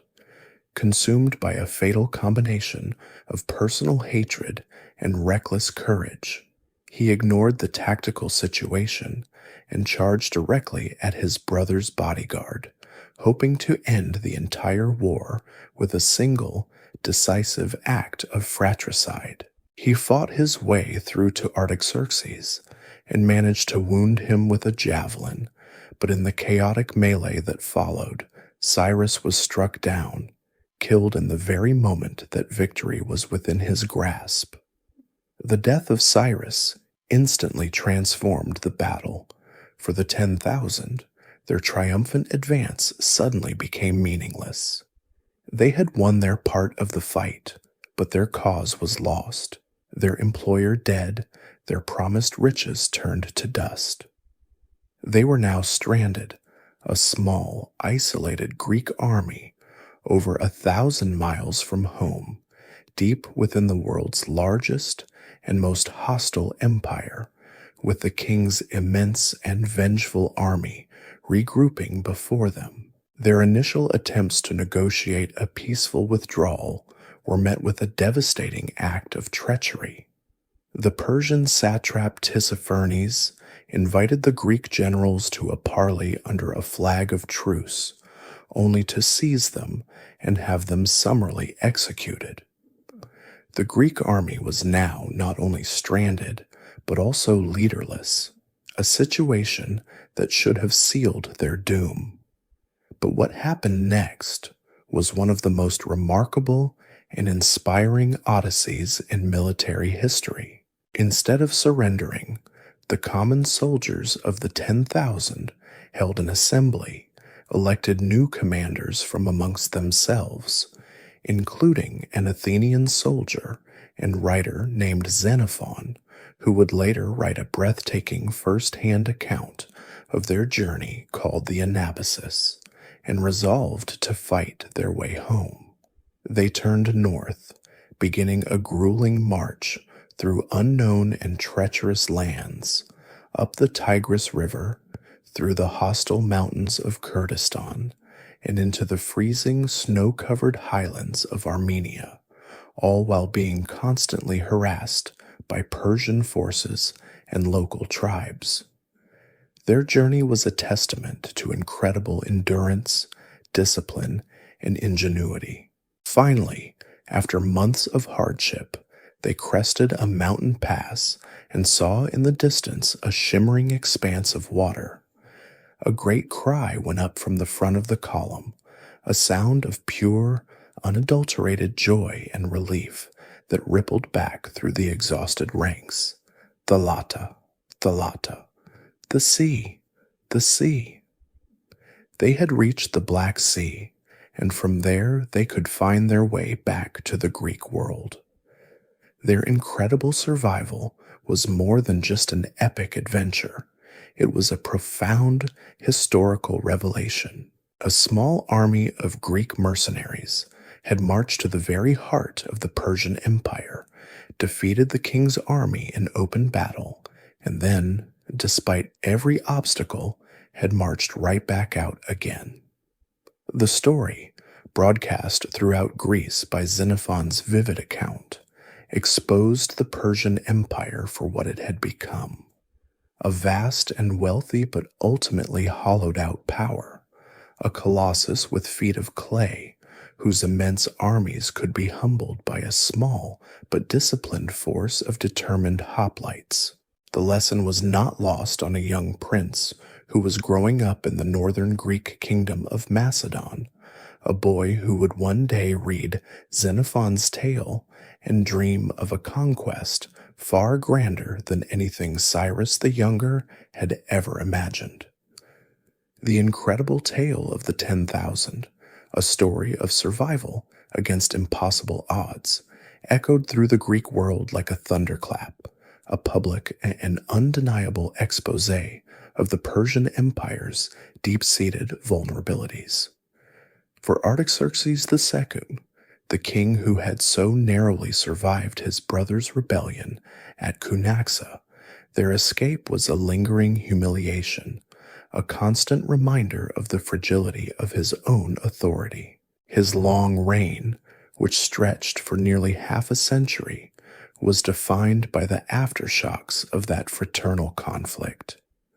The central government, though still fabulously wealthy, was increasingly paralyzed, its energies consumed by the endless machinations of the royal court, where the formidable Queen Mother Persepolis continued to wield immense and often poisonous influence, her personal vendettas shaping imperial policy.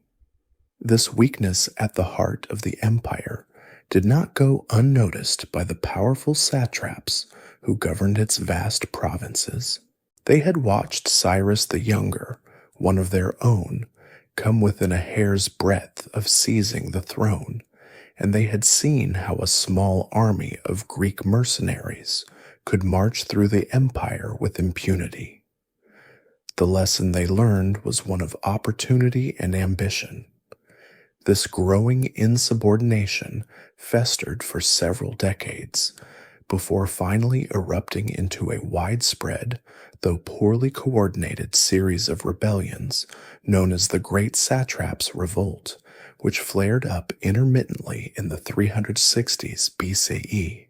This was not a unified uprising with a single leader aiming to usurp the throne, but rather a chaotic and shifting series of alliances among powerful governors in the western provinces, particularly in Anatolia, who began to act as independent monarchs. They minted their own coins, raised their own private armies, often including large contingents of Greek mercenaries, and waged war against one another and against the king himself. Figures like Ariobarzanes of Phrygia and Mausolus of Caria, whose magnificent tomb, the mausoleum at Halicarnassus, would become one of the 7 wonders of the ancient world, ruled their territories as personal fiefdoms, paying only lip service to the distant authority of the great king in Susa. Artaxerxes II, an aging and weary monarch, struggled to contain the fires of rebellion. His responses often slow and ineffective, relying more on bribery and inciting betrayals among the rebels than on decisive military action. The empire was not collapsing, but it was visibly fraying at the edges, its once unquestioned central authority dissolving into a loose confederation of semi-independent principalities. This long, slow slide into entropy was dramatically and brutally arrested by the accession of Artaxerxes III, Ochus, in 358 BCE. He was a son of Artaxerxes II, but he was a man cast in a much older, harder mold, possessing a ruthlessness and singularity of purpose that had not been seen in the Achaemenid dynasty for generations. He came to the throne through a bloodbath, securing his position by systematically murdering a vast number of his own relatives, brothers, sisters, nieces, and nephews, to eliminate any potential rivals who might challenge his claim. His reign was a shocking display of violence and terror, a deliberate policy to shock the fractured empire back into submission. Having purged the court of all dissent, he turned his unblinking gaze to the rebellious provinces, determined to restore the absolute power of the monarchy and reforge the empire in the fire of his own unbending will. He was the antithesis of his indecisive father, a king who understood that the deep-seated decay of the state could only be purged by the most extreme and violent of remedies. The primary object of his ambition was the reconquest of Egypt. The land of the Nile had been in a state of successful revolt for over half a century, its native pharaohs having thrown off Persian rule and successfully defended their independence, often with the help of Greek mercenaries and Athenian naval power. For Artaxerxes III, the independent kingdom of Egypt was an intolerable affront, a symbol of Persian weakness and a constant drain on the empire's prestige. An initial attempt at reconquest early in his reign had ended in a humiliating failure, a setback that only hardened his resolve. For years, he methodically gathered the full military and naval resources of the empire, assembling a massive invasion force. In 343 BCE, he personally led his army, which included tens of thousands of Greek mercenaries from cities like Thebes and Argos, in a second, overwhelming assault. The Persian forces, led by able commanders, systematically crushed the Egyptian defenses, and after a short but brutal campaign, the final native pharaoh, Nectanebo II, fled south into obscurity.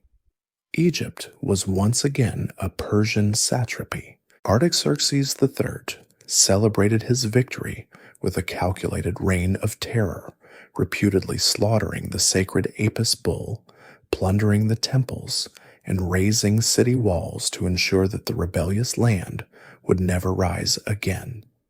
This reconquest was a monumental achievement, a stunning reversal of decades of decline that sent a clear and terrifying message to every corner of the realm. The Persian Empire was once again a power to be feared. But even this iron-willed king, who had seemingly cauterized the empire's wounds, could not escape the endemic poison of court intrigue. His very success was dependent on a powerful eunuch named Bagoas, a brilliant but unscrupulously ambitious minister who had served as his chief advisor. Bagoas, having helped his master reconquer the empire, began to fear the king's increasingly paranoid and absolute power. In 338 BCE, in a stunning act of betrayal, the kingmaker decided to become a kingbreaker. Bagoas murdered Artaxerxes III, almost certainly by poison, and in a final act of bitter irony, is said to have had the king's body fed to cats. He then proceeded to kill all of the king's sons, except for the youngest, Xerxes, whom he placed on the throne as a powerless puppet.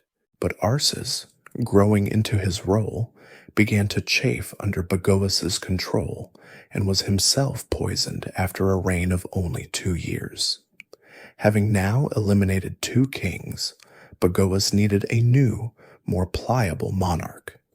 He chose a distant cousin of the royal family, a man named Codomanus, who had distinguished himself as a brave soldier in the past. But in this final gamble, the eunuch had miscalculated.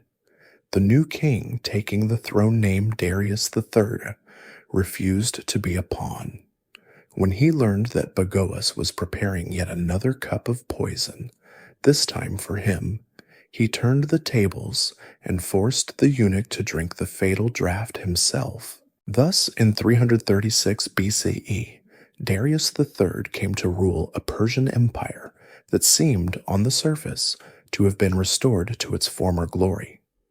The rebellions had been crushed, the treasury was full, and its most valuable province, Egypt, was once again secure. Darius himself was a noble and courageous figure, a man of regal bearing, who was in no way the decadent, effeminate ruler that later Greek propaganda would portray. But the empire he inherited was a hollow shell. Its apparent strength was the result of the terror of a single man, not of true systemic reform. The satraps were cowed but not loyal. The court was steeped in a tradition of conspiracy and murder, and the army was dangerously reliant on Greek mercenaries whose allegiance was always for sale. And in that very same year, across the Aegean Sea, the king of a small, newly unified kingdom called Macedon was assassinated, leaving his throne to his brilliant, charismatic, and alarmingly ambitious 20-year-old son. The lessons of the 10,000 were about to be put to the ultimate test by a young man who did not just want to march through Persia, but to conquer it entirely. An unstoppable conqueror had arrived, and the final act of the Achaemenid Empire was about to begin. The Persian Empire, seemingly revitalized by the brutal efficiency of Artaxerxes III, and now helmed by the noble Darius III, presented an image of restored and formidable power. Yet this was a facade, a magnificent but brittle shell covering decades of internal decay.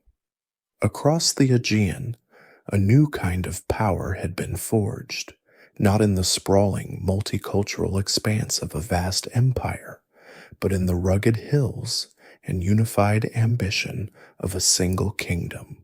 This was Macedon, a state on the northern periphery of the Greek world, long considered semi-barbaric by the proud citizens of Athens and Sparta, but now transformed by its king, Philip II, into the most sophisticated and lethal military force in the Mediterranean.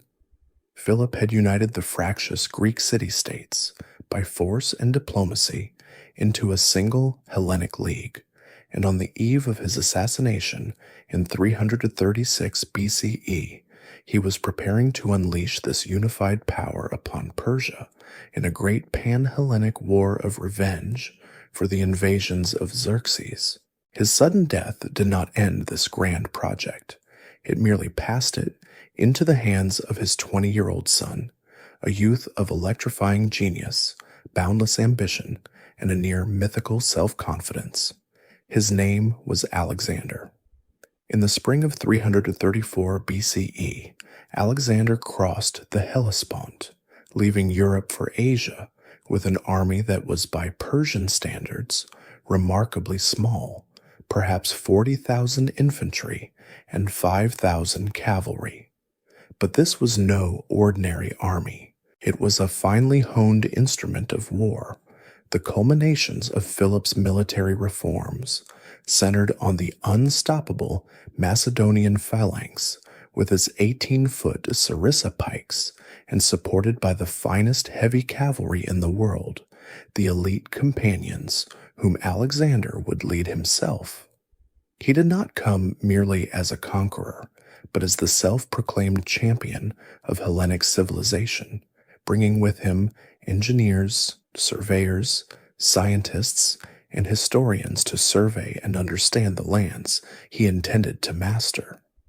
The local Persian satraps of Anatolia, underestimating the young king, decided to confront him immediately, massing their forces on the eastern bank of the Granicus River. It was a strong defensive position, and their plan was to kill Alexander himself in a risky river crossing. But Alexander thrived on such risks. In a move of audacious, near-suicidal bravery, he led his companion cavalry in a direct charge across the river and up the muddy banks into the teeth of the Persian line. The battle was a short, sharp, and bloody affair that shattered the Persian cavalry and left their Greek mercenaries to be mercilessly cut down. The victory was total, a stunning blow that dismantled Persian authority in Anatolia in a single afternoon and sent a tremor of shock through the entire empire. With the gateway to Asia Minor now wide open, Alexander marched south along the Ionian coast, freeing the Greek cities and methodically reducing the coastal strongholds that supported the Persian navy. His campaign was a masterclass in both speed and siegecraft, culminating in the difficult capture of Halicarnassus. It was during this march through Anatolia that he encountered the legendary Gordian knot, an ancient, intricate knot tied to an ox cart, of which it was prophesied that whoever could untie it would rule all of Asia. After struggling with it for a time, Alexander, in a characteristic display of direct and decisive action, simply drew his sword and sliced it in half. The message was clear. He would not be bound by the old rules, but would carve out his destiny on his own terms. Alarmed by the speed and success of this invasion, Darius III finally recognized the existential threat he was facing. He mustered a grand imperial army, a vast and glittering host drawn from the heart of his empire, and marched west to crush the Macedonian upstart himself. The two kings met in the autumn of 333 BCE on a narrow coastal plain at Issus. Darius had chosen his ground poorly. The slender gap between the mountains and the sea completely negated his overwhelming numerical superiority, cramming his massive army into a space where it could not properly deploy. The battle that followed was a near repeat of the Granicus, but on a far grander scale. Alexander, once again leading the charge of his companion cavalry from the right wing, punched a hole in the Persian left flank and then wheeled inward, driving directly towards the center of the line where Darius III was observing the battle from his magnificent war chariot. The sight of Alexander and his elite cavalry, a storm of bronze and iron thundering directly towards him, broke the great king's nerve. Darius turned his chariot and fled the battlefield in a panic, a catastrophic act that instantly demoralized his entire army, which collapsed into a chaotic rout. He escaped, but he left behind everything: his camp, his royal treasury, and most shamefully his own mother, wife, and daughters, who were captured by the Macedonians. In a gesture that enhanced his reputation, Alexander treated the royal women not as spoils of war, but with the utmost respect and courtesy due their rank. Instead of pursuing the defeated king into the Persian heartland, Alexander made a brilliant strategic decision to secure the entire Mediterranean seaboard first, to neutralize the Persian navy and ensure his lines of communication could not be cut. This led him to the legendary island fortress of Tyre, a Phoenician city that refused to submit. What followed was one of the most remarkable sieges in history. For 7 months, Alexander's engineers constructed a gigantic stone causeway, a mole over half a mile long through the open sea, to connect the mainland to the island, all while under constant attack. When Tyre finally fell, his retribution was merciless. The city was sacked, its men were massacred, and its women and children were sold into slavery. From there, he marched south into Egypt, which, having been brutally reconquered by Artaxerxes III only a decade earlier, welcomed the Macedonian not as a conqueror, but as a liberator. There, he founded the first and greatest of his many cities, Alexandria, and made a pilgrimage deep into the desert to the famed oracle of Amun at the Siwa oasis, where the priests greeted him as the son of the god, a declaration that cemented his claim to a divine mandate. With the entire Western Empire now firmly in his grasp, Alexander turned his army east in 331 BCE for the final reckoning with Darius. The Persian king had spent the intervening 2 years gathering a second, even more colossal army from his eastern satrapies, assembling his forces on a wide, carefully prepared plain at Gaugamela, near modern-day Mosul in Iraq. This time, there would be no narrow passes to save the Macedonians. This would be a true test of strength on open ground. The Persian army was a terrifying spectacle, an ocean of men, scythed chariots, and even war elephants. Facing these overwhelming numbers, Alexander's tactical genius reached its zenith. He advanced with his army in an oblique formation, drawing the Persian cavalry on their left wing out to the side to prevent an envelopment. As the Persian line stretched and thinned to counter this maneuver, a gap opened near the center. This was the moment Alexander had been waiting for. He led his companions in a dramatic, perfectly timed charge straight into that gap, forming a wedge that smashed through the Persian guard and aimed once again directly for the person of Darius. And once again, history repeated itself. Darius III, seeing the same terrifying charge that had broken him at Issus, fled the field. His flight sealed the fate of his army and his empire. The Battle of Gaugamela was a complete and decisive victory. The great cities of the empire now lay defenseless. Alexander marched into Babylon and Susa, hailed as a liberator and taking possession of their unimaginably vast treasuries. Finally, he reached the ceremonial heart of the empire itself, Persepolis, and there, in a final, symbolic, and devastating act, the magnificent palace complex was burned to the ground in 330 BCE. Whether a calculated act of revenge for the burning of Athens or a drunken accident, The flames that consumed the city of the Persians were the funeral pyre of the Achaemenid dynasty. The flames that had consumed the splendors of Persepolis did not merely reduce a city to ash, they cauterized the final, living nerve of the Achaemenid dynasty, leaving its last king, Darius III, a spectral figure fleeing into the dawn of his own irrelevance. The great pursuit that followed was not a conventional military campaign, but the hounding of a ghost across the vast, sun-bleached landscapes of his former dominion. Alexander pushed his army relentlessly eastward, driven by the need to capture Darius alive and receive a formal submission, a symbolic transfer of legitimacy that would solidify his claim as the rightful king of Asia. But history rarely permits such clean endings. In the remote eastern satrapy of Bactria, Darius's own desperate followers, led by the local satrap Bessus, decided that a living, defeated king was a greater liability than a martyred one. They committed the final act of treason, assassinating their monarch and leaving his body in a wagon on a dusty road to be found by the advancing Macedonians.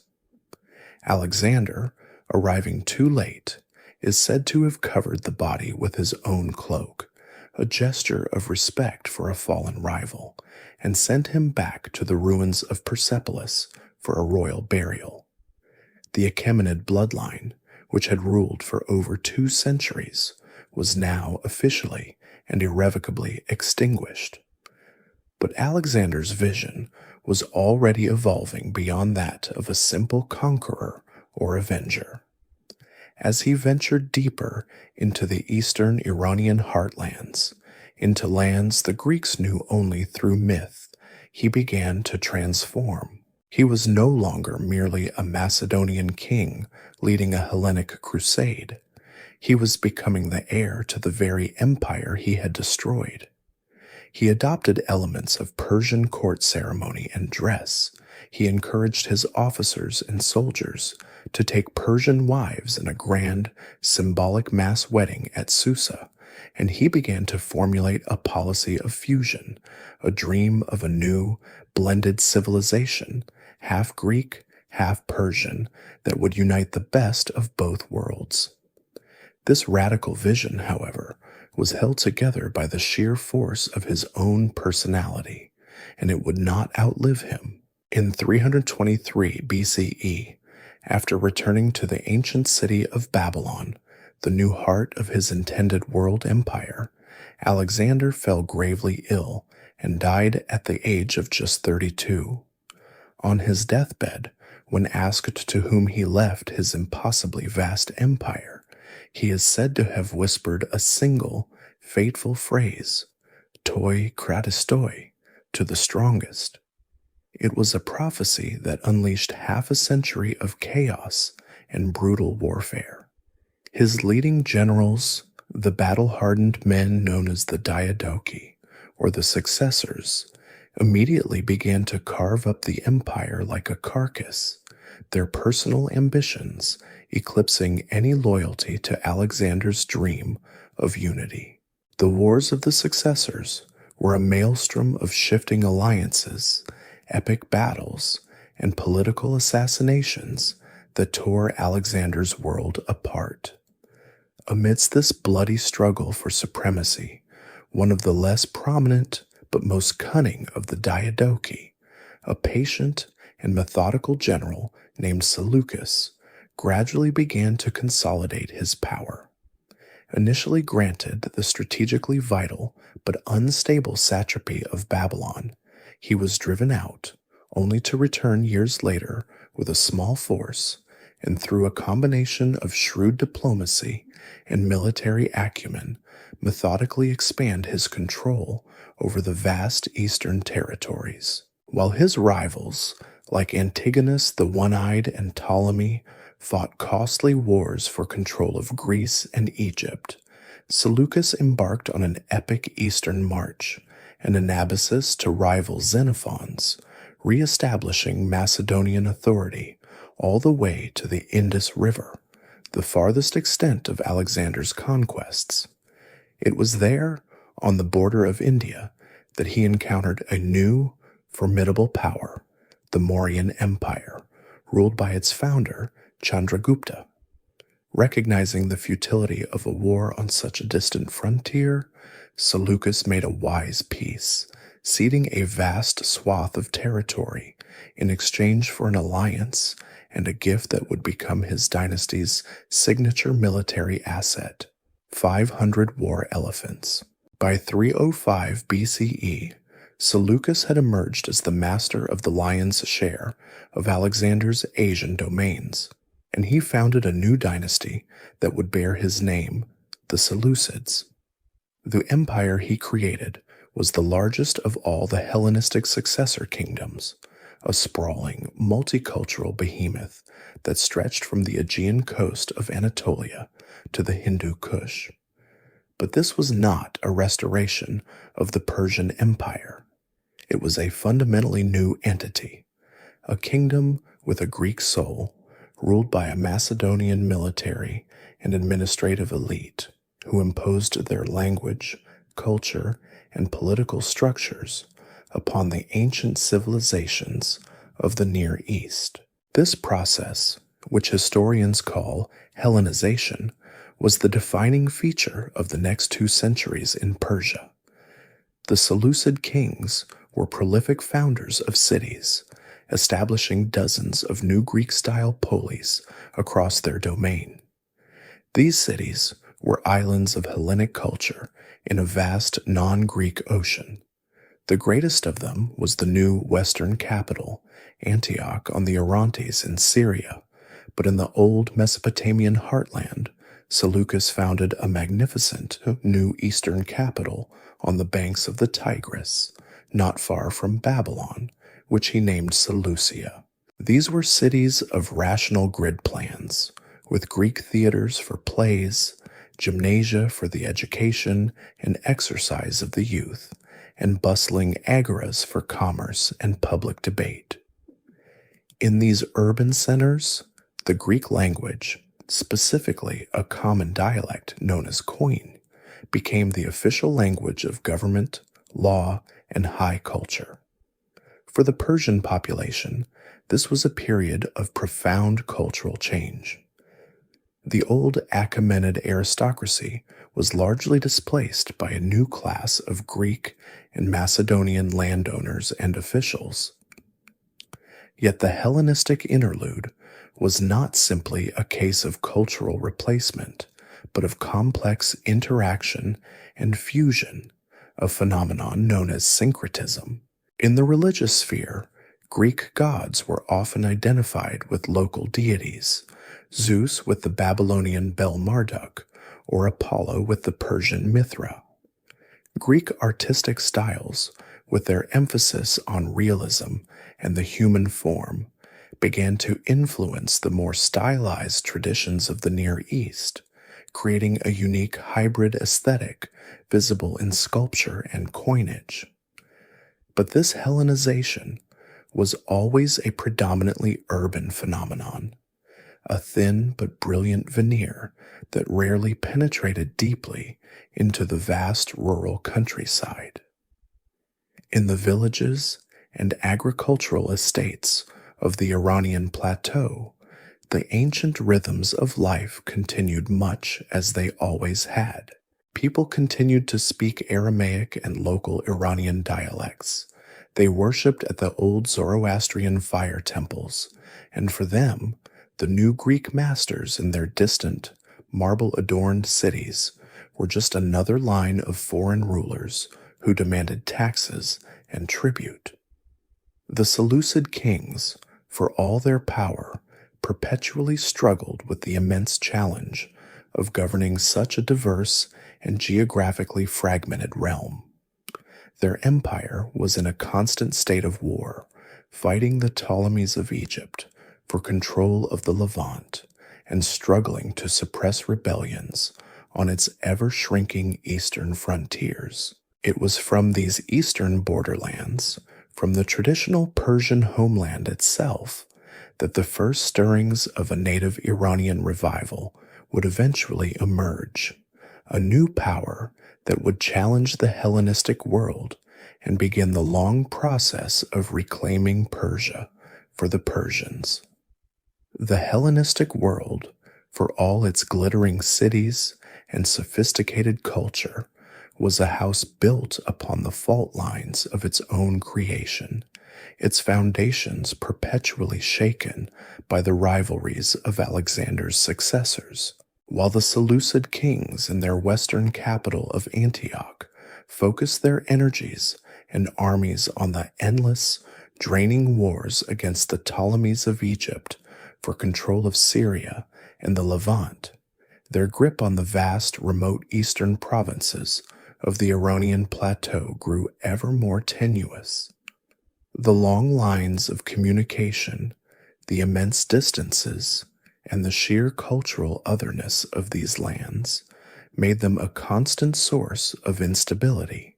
It was here, in the windswept grasslands and rugged mountains of the east, far from the gleaming marble of the Greek polis, that the first serious challenge to Hellenistic rule would emerge, born not from a rival Greek king, but from the hardy, semi-nomadic peoples of the steppes who had watched the foreigners rule their lands for generations. The catalyst for this change occurred around the middle of the 3rd century BCE, in the northeastern satrapy of Parthia, a vast territory southeast of the Caspian Sea. The local Greek governor, a man named Andragoras, took advantage of the Seleucid king's preoccupation in the west to declare his own independence, minting coins that bore his own image rather than that of his distant sovereign. This act of rebellion created a power vacuum, a crack in the imperial edifice. At the same time, in the neighboring satrapy of Bactria, the governor Diodotus did the same, carving out an independent and highly prosperous Greco-Bactrian kingdom. The eastern frontier of the Seleucid world was beginning to crumble. Into this chaotic environment rode a new and formidable force.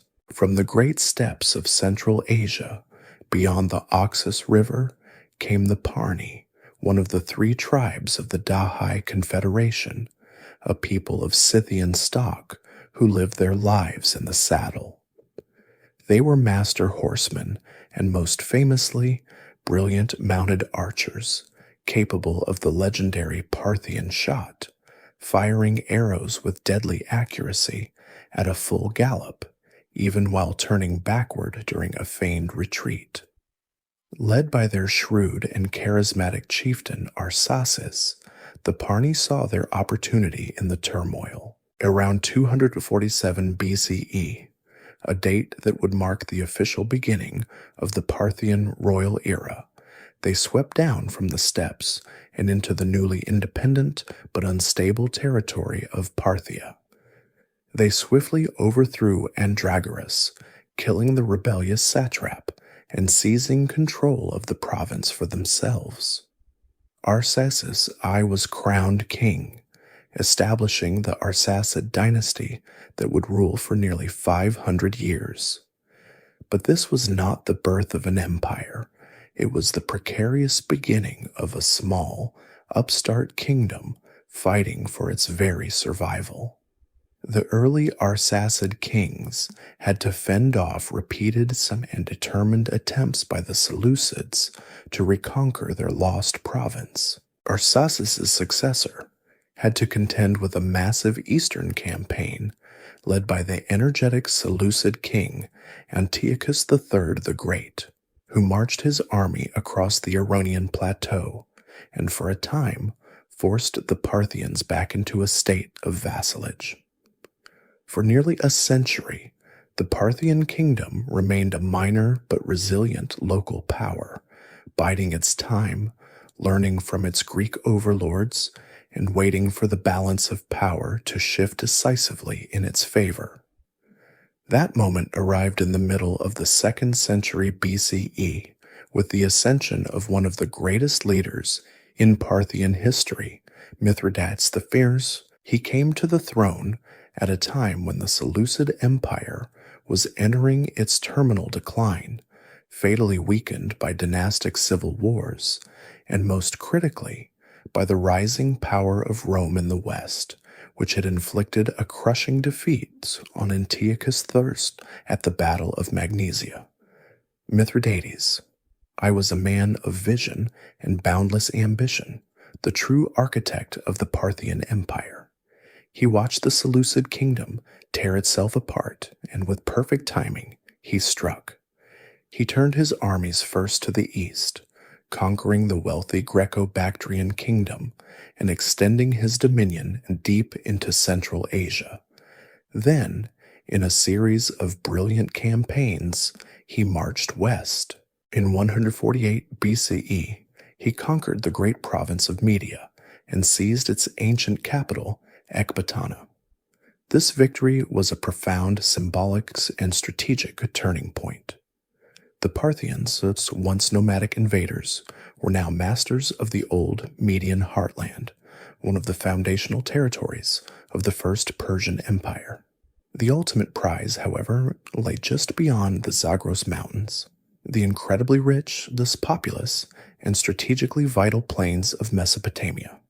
In 141 BCE, Mithridates the Grecian achieved the unthinkable. He led his army into the cradle of civilization and captured the great eastern capital of the Seleucid Empire itself, Seleucia on the Tigris. He then entered the ancient city of Babylon, where he was formally recognized as king. This conquest was a seismic event that transformed the Parthian state from a regional kingdom into a world empire. The loss of Mesopotamia was a mortal blow from which the Seleucid kingdom would never recover, its territory now reduced to a small and unstable rump state in Syria. Mithridates the Fierce, in a brilliant move of political propaganda, began to consciously position himself and his dynasty not as foreign conquerors, but as the rightful heirs to the Achaemenid legacy. He was the first Parthian ruler to adopt the ancient Persian title of Shahanshah, King of Kings, a direct claim to the imperial glory of Cyrus and Darius. He founded new cities, including Ctesiphon on the Tigris, opposite Seleucia, which would eventually become the new imperial capital. The empire forged by Mithridates was a fascinating and complex hybrid. The Parthian ruling class was an Iranian nomadic aristocracy, their power based on their prowess as heavy-armored cavalrymen, known as cataphracts, warriors and their horses both covered in scale armor, who could deliver a devastating charge with their long lances. Yet, they did not seek to eradicate the Hellenistic culture of their predecessors.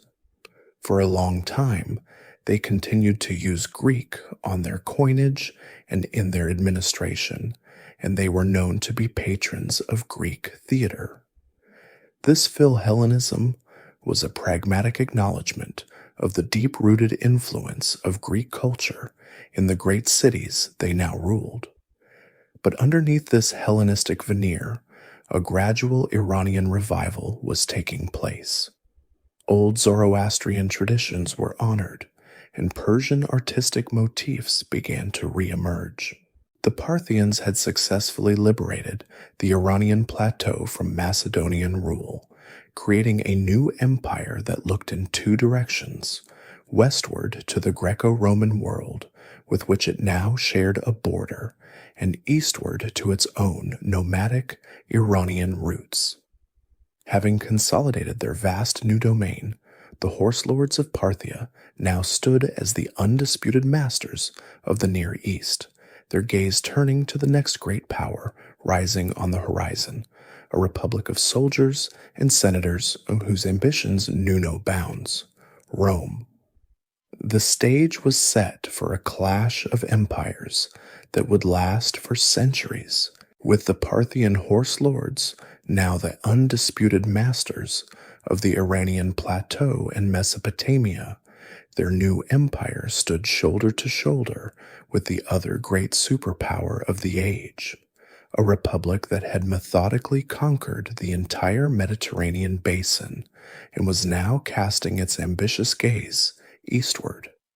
The Roman Republic, and later the Roman Empire, was a civilization built on the disciplined might of its infantry legions, a power that expanded with a relentless, inexorable logic. The Euphrates River now formed the great, shimmering frontier between these two worlds, a boundary line not just between two empires, but between two fundamentally different civilizations. On one side was the Greco-Roman world of the city-state, of law, and of the infantry phalanx. On the other, the Iranian world of feudal aristocracy, of vast open spaces, and of the horse archer. For the next 3 centuries, this frontier would become the bloodiest and most contested geopolitical fault line on the planet, the stage for a long and brutal struggle that would shape the destiny of both empires. The first major collision between these two titans occurred in 53 BCE, born not of strategic necessity, but of the personal ambition and breathtaking greed of one man, Marcus Licinius Crassus. As one of the 3 members of the first triumvirate, alongside Julius Caesar and Pompey the Great, Crassus was the wealthiest man in Rome, but he desperately craved the one thing his rivals had in abundance and he lacked: military glory. Seeking a swift and glorious conquest that would cement his legacy, he manufactured a pretext for war and led a massive invasion force of 7 legions, nearly 40,000 of Rome's finest soldiers, across the Euphrates and into the sun-scorched plains of Parthian Mesopotamia. He expected an easy victory over a foe he perceived as decadent and disorganized, a quick campaign to plunder the fabled riches of the East.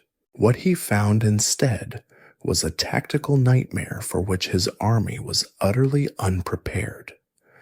The Parthian response was commanded by a brilliant general from the noble house of Suren, known simply as Surena. Instead of confronting the Roman heavy infantry head-on, Surena employed a strategy perfectly suited to the open terrain and the strengths of his own army.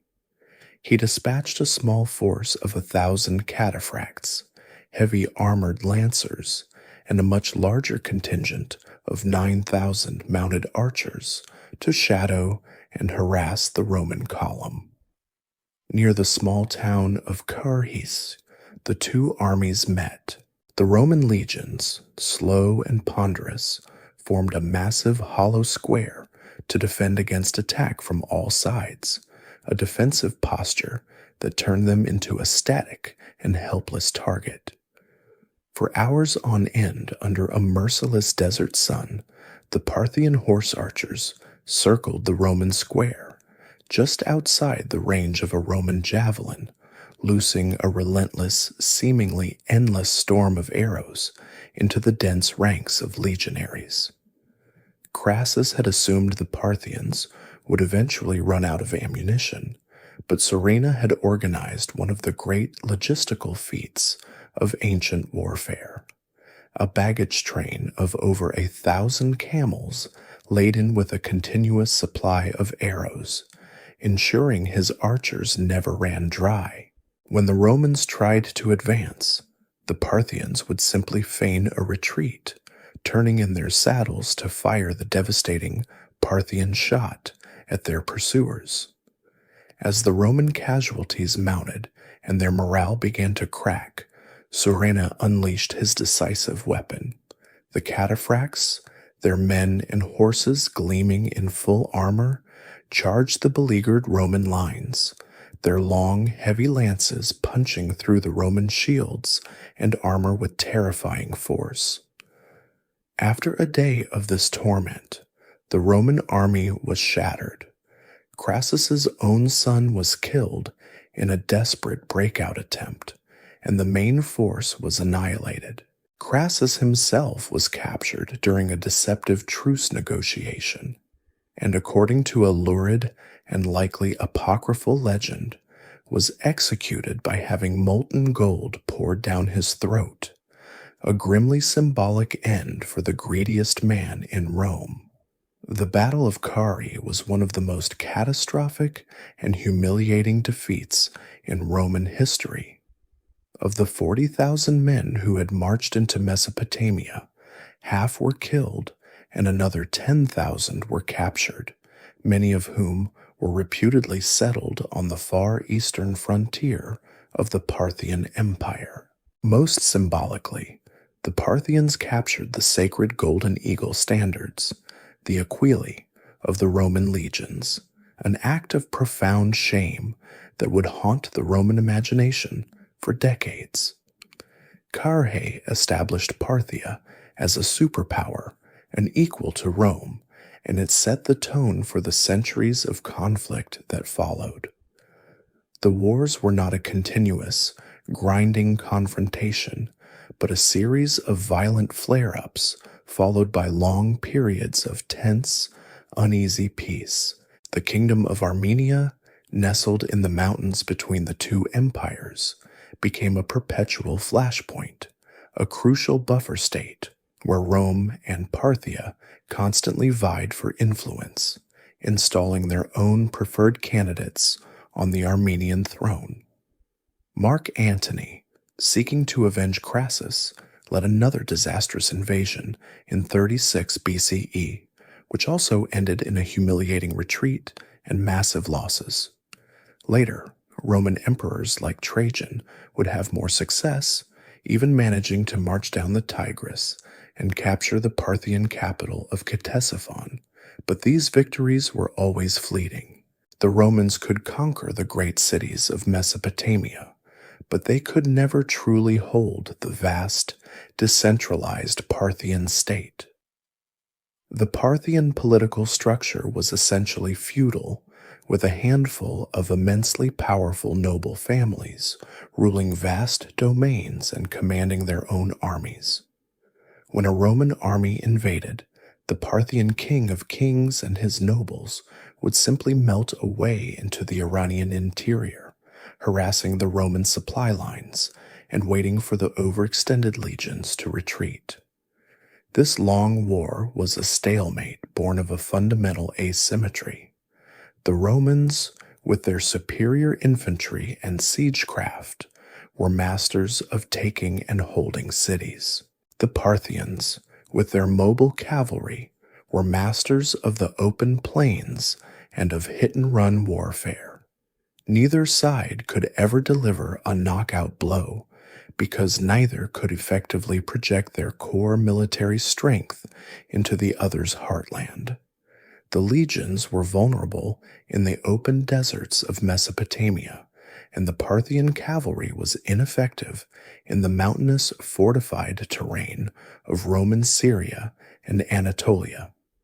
Yet despite the constant state of conflict, the frontier was also a place of vibrant exchange. Trade, though often interrupted, continued to flow, with Roman luxury goods moving east and exotic products from the Silk Road passing through Parthian territory to the west. Ideas and artistic styles crossed the border, creating a rich fusion culture in the frontier cities.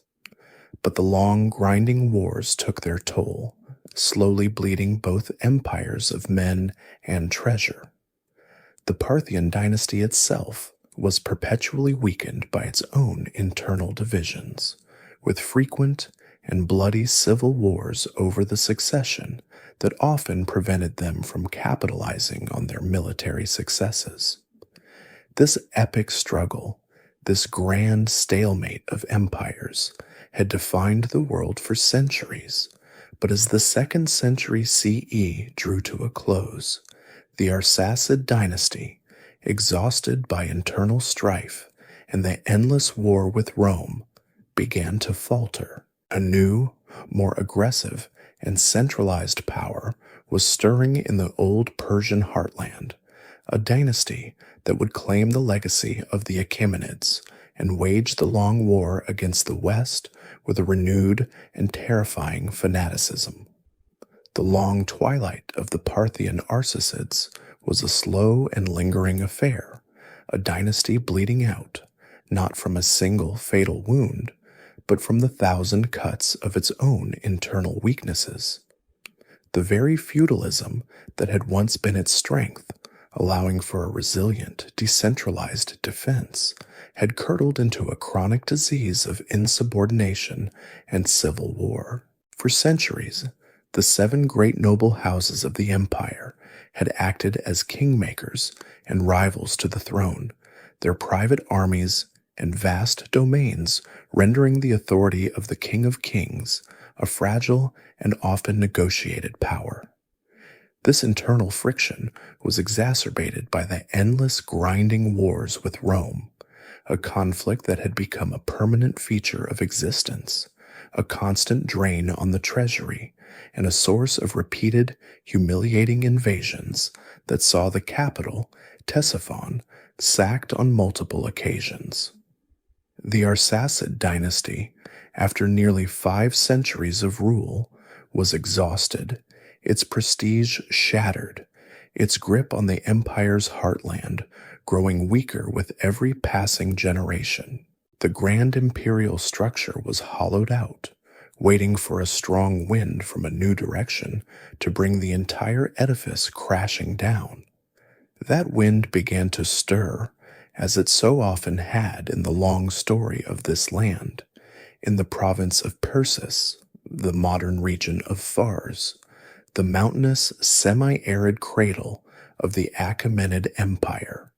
Here, in the shadow of the empty palaces of Persepolis and the rock-cut tombs of Nakshi-Rostam, a sense of a unique and glorious past had been quietly nurtured for centuries. While the Parthian court had adopted many Hellenistic customs, the local dynasts of Persis had maintained a distinctly Iranian identity, continuing to use Pahlavi script and honoring the ancient traditions. In this crucible of memory and simmering resentment, a new power began to coalesce around a local priestly family. It began with a man named Sasan, a high priest of the fire temple of Anahita in the city of Istakhur, a figure whose lineage would lend its name to a new dynasty. His son, Papak, consolidated his power, overthrowing the local Arsacid-appointed king and declaring himself the new ruler of Persis, an open act of rebellion that the distracted Parthian monarch was too weak to immediately punish. The true architect of the revolution, however, was Papa's son, a man of ferocious ambition, military genius, and a profound sense of historical destiny. His name was Ardashir. His early career was spent methodically unifying the fractured landscape of southern Iran, conquering the neighboring provinces of Kerman and Elimais, and bringing all the lands bordering the Persian Gulf under his direct control. This was not the work of a mere rebellious satrap. This was the deliberate construction of a new, centralized kingdom, a power base from which to launch a direct challenge for the ultimate prize. The reigning Parthian monarch, Artabanus III, finally roused himself to the danger posed by this upstart from Persis and marched his grand feudal army south to crush the rebellion. The two forces met on the plain of Hormozgan in 224 CE, a battle that would decide the fate of Iran for the next 400 years. The confrontation was a clash of two worlds. The old, fractious, multi-ethnic cavalry host of the Parthians against the disciplined, zealous, and unified army of a new Persian nationalism. In a scene that would be immortalized in Sasanian royal art, the battle reached a dramatic climax in a moment of personal combat. Ardashir himself charged directly at Artabanus, fighting and killing the last great Parthian king with his own hand. The death of the monarch on the field of battle shattered the Parthian cause. The Arsacid dynasty, which had ruled since the time of the Roman Republic's infancy, was effectively over. 2 years later, in 226 CE, Ardashir I entered the Parthian capital of Ctesiphon and was crowned Shahanshah, King of Kings, inaugurating the Sasanian Empire. But this was far more than a simple change of dynasty. Ardashir was a revolutionary who understood that the weaknesses of the Parthian state needed to be systematically eradicated. He immediately began to dismantle the loose feudal confederation of his predecessors and replace it with a highly centralized and absolute monarchy. Power would no longer be shared with a handful of mighty noble houses. It would radiate directly from the person of the king, who was supported by a vast and complex imperial bureaucracy. He created a new professional standing army, funded by the state, that reduced his reliance on the fickle loyalties of the feudal lords. This was a complete and radical restructuring of the Iranian state, a deliberate move to forge a more cohesive, powerful, and aggressive empire. Even more significant was the ideological revolution that Ardashir set in motion. He and his successors launched a brilliant and enduring propaganda campaign to legitimize their rule. They positioned themselves not as the successors of the Parthians, but as the restorers of the true Persian glory, the rightful heirs of the Achaemenids. In their official histories and magnificent rock reliefs, the entire Parthian period, nearly half a millennium of history, was deliberately downplayed or erased, portrayed as a dark age, an unfortunate interruption by a lesser semi-foreign dynasty. The Sasanians were the ones who had rescued Iran from this long decline and restored its native destiny. This claim was visually cemented in their royal art. They commissioned immense and dramatic rock carvings near the ancient Achaemenid tombs, depicting Ardashir's investiture directly from the hand of the supreme god, Ahura Mazda, a powerful statement of divine right that consciously echoed the imagery of Darius the Great. At the heart of this new Sasanian identity was religion. Ardashir forged a powerful and mutually beneficial alliance with the Zoroastrian priesthood, the Magi. He elevated Zoroastrianism from simply being the dominant faith to the official, organized, and dogmatic religion of the state. Under the guidance of a powerful high priest named Tanzar, the scattered sacred texts and oral traditions of the faith were collected, edited, and canonized into a single, authoritative scripture, the Avesta. A formal church hierarchy was established, with fire temples built and endowed in every corner of the empire. This fusion of throne and altar created a powerful ideology of unity, a sense that to be truly Iranian was to be Zoroastrian, and that the king's divine duty was to protect the true faith from heresy within and from the infidel powers without. This new religious fervor brought a renewed and more intense hostility to the empire's western rival. When Ardashir resumed the long war with Rome, he did so with a startling new claim. He was not merely fighting for control of Armenia or Mesopotamia.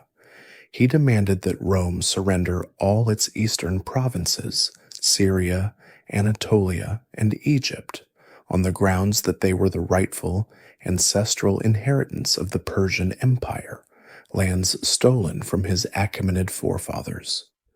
This transformed the long-standing geopolitical rivalry into a bitter, ideological, and seemingly irreconcilable conflict. Ardashir had not just conquered an empire, he had resurrected a civilization, imbuing it with a new sense of purpose, a new centralized power, and a new aggressive vision of its place in the world. The revolutionary fire that Ardashir had ignited was passed to a son who would temper its raw heat into a brilliant and enduring flame. Shapur-Shirkuh, who ascended to the Sasanian throne in 240 CE, had been his father's co-ruler in the final years, a close partner in the monumental project of forging a new Persian state.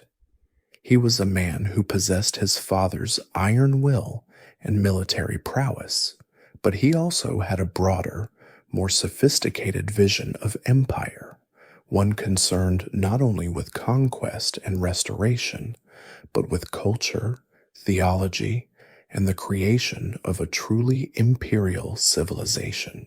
Where Ardashir had been the raw force of revolution, Shapur would be the masterful architect of its first golden age, a king whose achievements would echo with such force that they would etch themselves into the stone of the mountains and into the very psyche of his great rival, the Roman Empire. His reign would witness the Sasanian dream of restored glory realized in the most spectacular and humiliating way imaginable for their enemies, culminating in an event so unprecedented it sent a shockwave of disbelief across the entire Roman world. Shapur inherited a newly centralized and ideologically fervent empire, and he immediately resumed the great war his father had begun against Rome. His early campaigns were a continuation of the struggle for control over the contested frontier lands of Mesopotamia and Armenia. This conflict drew the attention of the young and ambitious Roman Emperor Gordian III, who, seeking to restore Roman prestige, assembled a massive army and launched a major invasion of Sasanian territory in 243 CE. Initially, the Romans met with success, defeating a Persian army and recapturing several key Mesopotamian cities. But as they pushed deeper towards the Sasanian capital of Ctesiphon, their fortunes turned. Near the city of Mesech, the two armies clashed in a decisive battle. The Sasanian account, carved into stone for all eternity, is one of a glorious and complete victory. The Roman sources are more ambiguous, speaking of Gordian's death under mysterious circumstances, perhaps at the hands of his own mutinous officers. Whatever the exact cause, the young emperor was dead, and his successor, Philip the Arab, was forced to sue for a peace that was both costly and deeply humiliating. He agreed to pay Shapur a staggering indemnity of 500,000 gold denarii and formally ceded control of Armenia and parts of Mesopotamia. For Shapur, it was the first great triumph of his reign, a victory over a Roman Caesar that he would proudly boast of for the rest of his life. This humiliating peace did not last. A decade later, during a period of intense internal turmoil in the Roman Empire known as the Crisis of the 3rd Century, Shapur saw his opportunity to strike a far more devastating blow. In a series of lightning campaigns, he swept into the Roman province of Syria, overrunning its defenses, and in 253 or 256 CE, achieving what had once been unthinkable. He captured and brutally sacked Antioch, the third largest city in the Roman Empire and the capital of its eastern provinces. The psychological impact of this event was profound. The loss of such a great and ancient center of Hellenistic culture was a wound to Roman pride far deeper than any border skirmish. To stop this existential threat, The new Roman emperor, Valerian, a veteran senator and commander, personally led a massive army of some 70,000 men to the east, determined to crush Shapur and restore Roman dominion. The final dramatic confrontation came in 260 CE near the fortified city of Edessa. Valerian's army, already weakened by a plague that had swept through its ranks, was tactically outmaneuvered by Shapur's masterful use of his mobile cavalry. The Roman legions were encircled, their supply lines cut, their situation rendered utterly hopeless.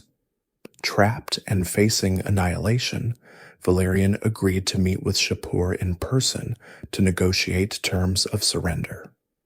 What happened next was the single most humiliating moment in the long history of the Roman Empire.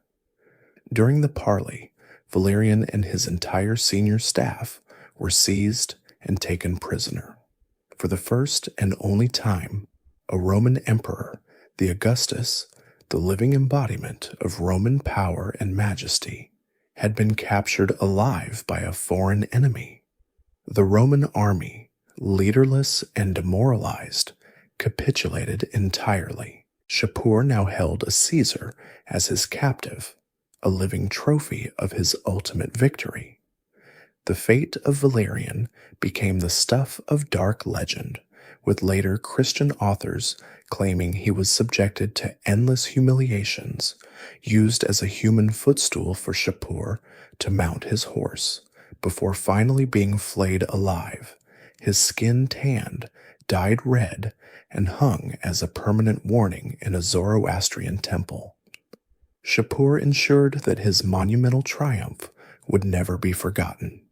He commissioned a series of colossal and breathtaking rock reliefs at sites like Naksh-e-Rostam, the ancient necropolis of the Achaemenid kings. There, carved into the cliff face just below the tombs of Darius and Xerxes, is the iconic image of Sasanian triumph. Shapur sits astride his warhorse, a figure of serene and absolute power, while before him 2 Roman emperors are depicted in attitudes of utter submission. One, Philip the Arab, kneels before him, his hands clasped in a plea for mercy. The other, the Emperor Valerian himself, is held firmly by the wrist, a captive surrendering his empire and his freedom to the victorious King of Kings. This was not mere historical record. It was a masterpiece of political and theological propaganda, a permanent declaration carved in stone that the Sasanian dynasty, sanctioned by Ahura Mazda, had humbled the greatest power on earth. Shapur's victory was not only symbolic, it was also intensely practical. He deported tens of thousands of Roman prisoners, including skilled engineers, craftsmen, and artisans, deep into his own territories.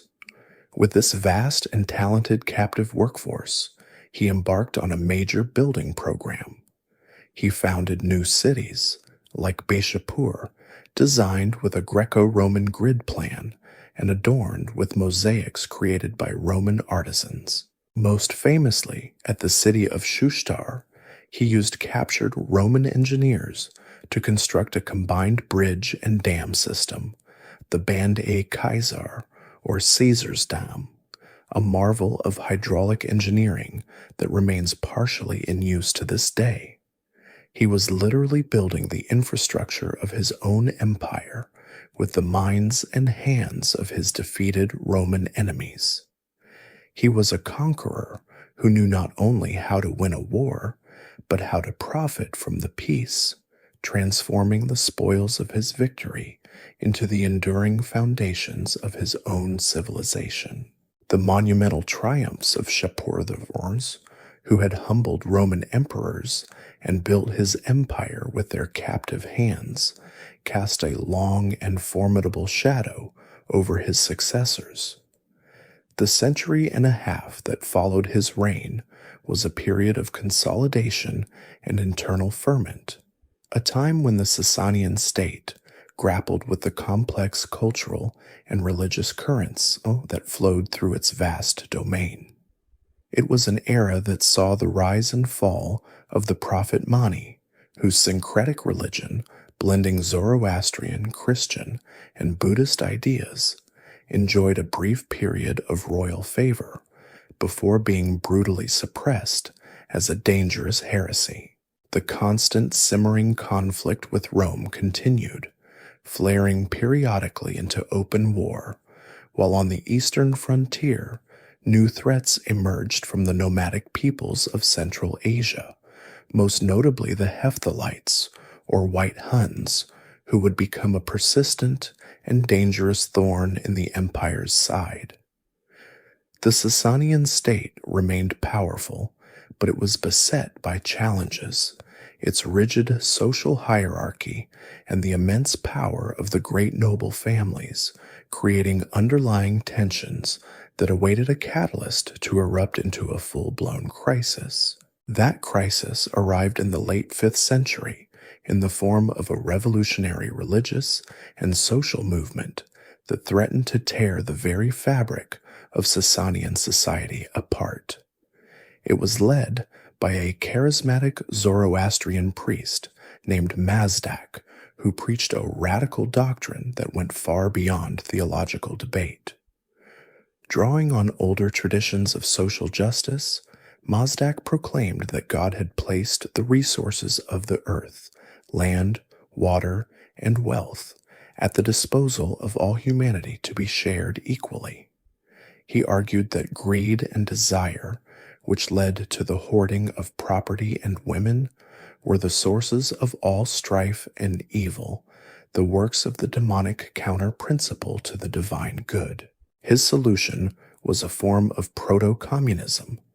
All wealth and property should be held in common, and even women should be shared, breaking down the rigid patriarchal structures of the Persian family.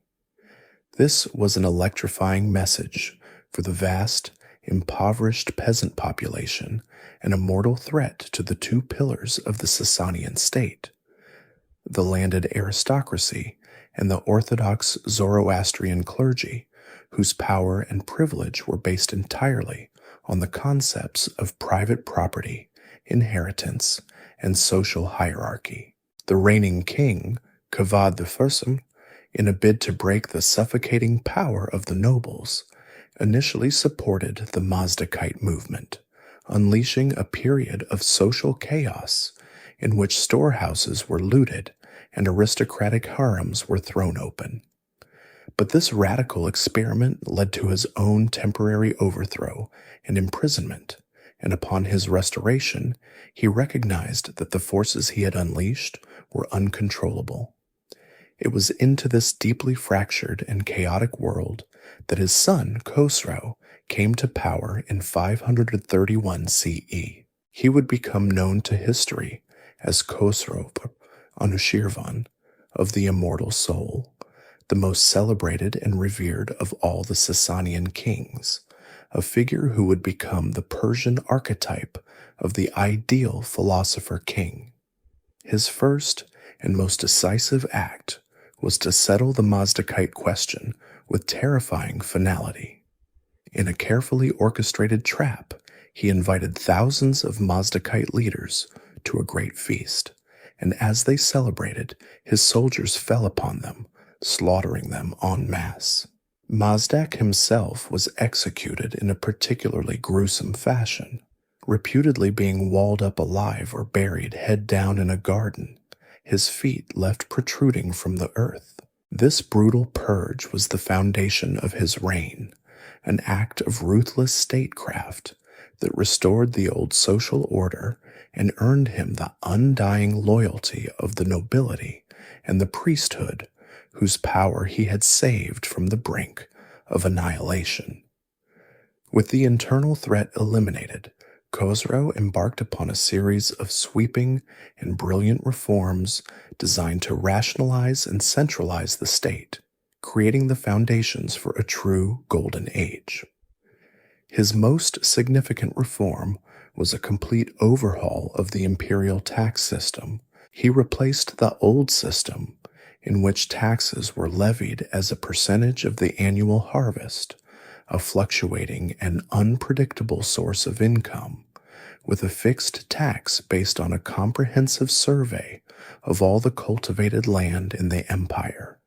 This created a stable, predictable, and enormous revenue stream that allowed for long-term state budgeting.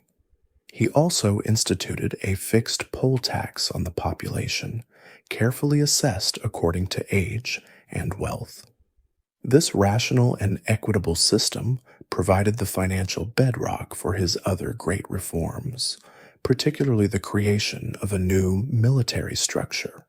Khosrow deliberately weakened the power of the 7 great feudal houses by creating a new class of professional, salaried soldiers, a standing army loyal only to the king. He also established a new class of landed gentry, the Daikons, who acted as the backbone of the Sasanian cavalry, their loyalty tied directly to the crown rather than to the great lords. But Khosrow was far more than a brilliant administrator and military reformer. He was a true intellectual, a patron of arts and sciences, whose court at Ctesiphon became a beacon of learning in the late antique world. He was a contemporary and lifelong rival of the great Byzantine Emperor Justinian, and their competition was not only military, but also cultural. When Justinian, in a fit of Christian dogmatism, closed the ancient Academy of Athens in 529 CE, Khosrow extended a personal invitation to the 7 last Neoplatonist philosophers, welcoming them to his court. This act was a powerful piece of propaganda, positioning the Sasanian king as the true protector of classical Hellenic wisdom. He sponsored a vast translation movement, bringing works of Greek philosophy, medicine, and science, as well as Indian mathematics and astronomy, into the Persian language of Pahlavi. The great medical school and hospital at Gondishapur in southwestern Iran became the most advanced intellectual center of its time, a cosmopolitan university where Persian, Indian, Greek, and Syriac Christian scholars collaborated, preserving and synthesizing a vast body of scientific knowledge. It was during his reign that the game of chess was introduced to Persia from India, and the famous Indian collection of fables, the Panchatantra, was translated, later passing into Arabic as the celebrated Kalala wa Dimna, and from there into the literature of the world. Khosrow's reign represented the absolute zenith of Sasanian civilization, a period of immense wealth, profound cultural achievement, and restored military might, an era that would be looked back upon by subsequent generations of Persians as the high summer of their imperial glory. The magnificent edifice of the Sasanian state, with its rationalized taxes, its loyal new army, and its vibrant intellectual court under Khosrow Anushirvan, was built upon a foundation far older and deeper than any administrative reform. Its true bedrock was a spiritual one, an ancient faith that had shaped the Iranian soul for over a millennium, and which now, in its Sasanian incarnation, achieved an unprecedented level of organization and power. To understand this empire is to understand its religion, for the two were woven together into a single, indivisible tapestry. The King of Kings did not merely rule by divine right.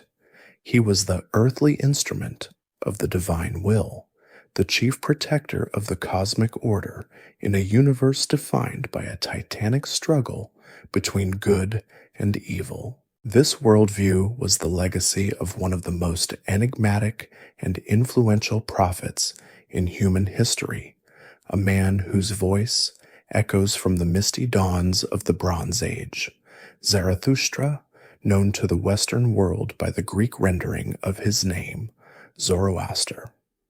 The life of Zarathustra himself is a profound historiographic mystery, a figure shrouded in the mists of a distant, pre-literate past.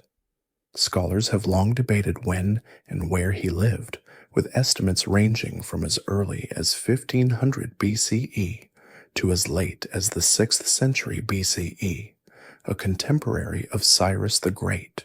The most compelling evidence, however, drawn from the archaic language of his own hymns, the Gathas, places him somewhere in the vast steppes of Central Asia in the 2nd millennium BCE, making his teachings a contemporary of the Vedic hymns of ancient India, and far older than the Achaemenid Empire he would one day inspire.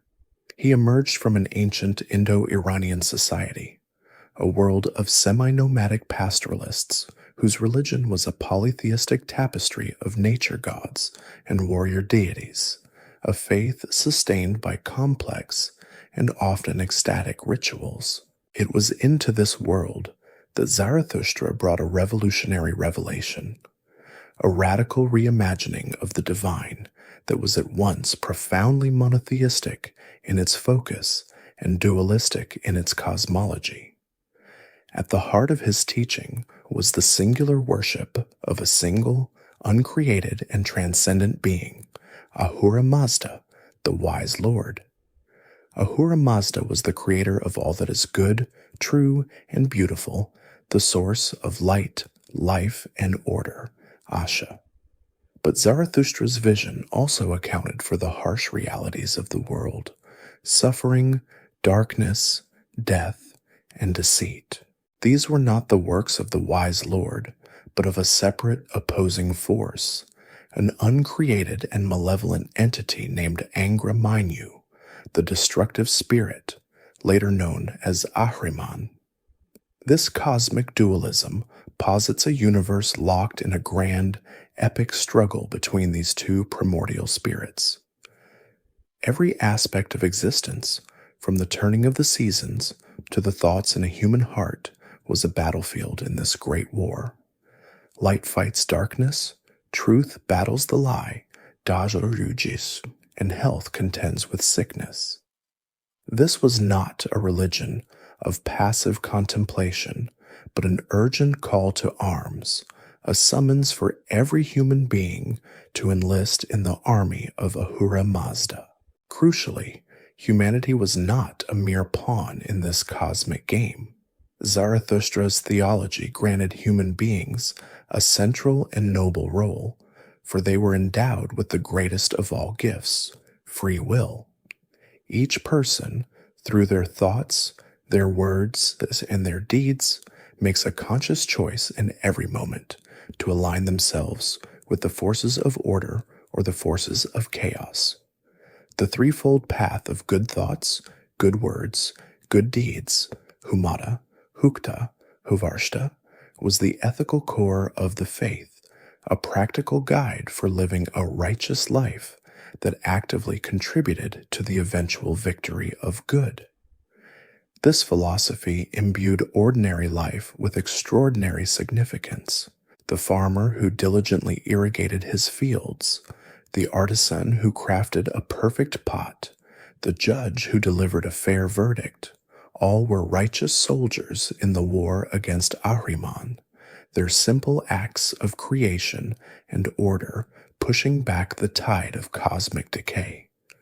This grand struggle was not eternal. Zoroastrianism was one of the first faiths to preach a linear history with a definitive end. There would come a day of final reckoning when a savior figure, a Saoshyant, would be born, leading the forces of Ahura Mazda to a final, apocalyptic victory. The dead would be resurrected, all of humanity would pass through a final judgment, and the universe would be purified and renewed, cleansed of all evil, to exist for eternity in a state of perfect, blissful order. The central symbol of this faith was fire. In the fire temples that became the focal point of worship, a sacred flame was kept perpetually burning, a practice that led outsiders to mistakenly label Zoroastrians as fire worshippers. But the fire itself was not the object of worship. It was rather the purest physical manifestation of Ahura Mazda's light, wisdom, and creative energy.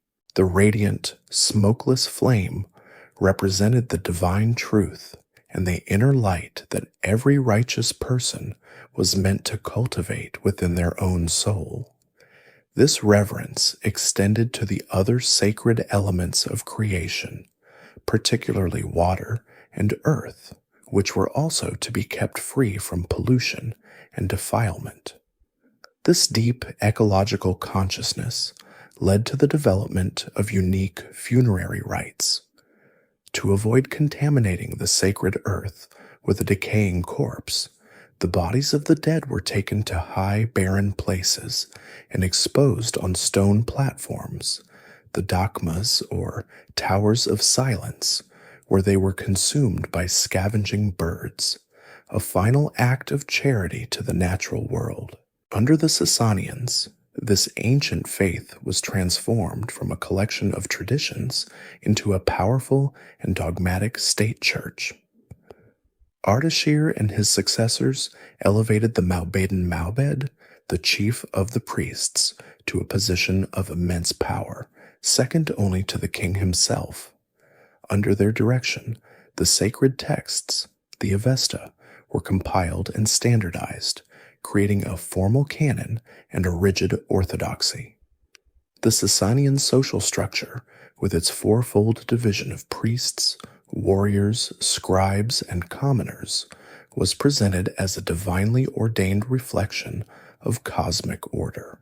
The king was the indispensable link between the celestial and terrestrial worlds. His sacred duty to uphold the true faith, to punish heresy, and to wage righteous war against the enemies of Ahura Mazda, a category that conveniently included the Christian Roman Empire to the west. This fusion of religious zeal and imperial ambition gave the Sasanian state its unique character, its inner strength, and its profound sense of mission. The enduring flame in the fire temple was more than a symbol. It was the very heart of the empire, a constant, glowing reminder of the cosmic battle they were destined to win.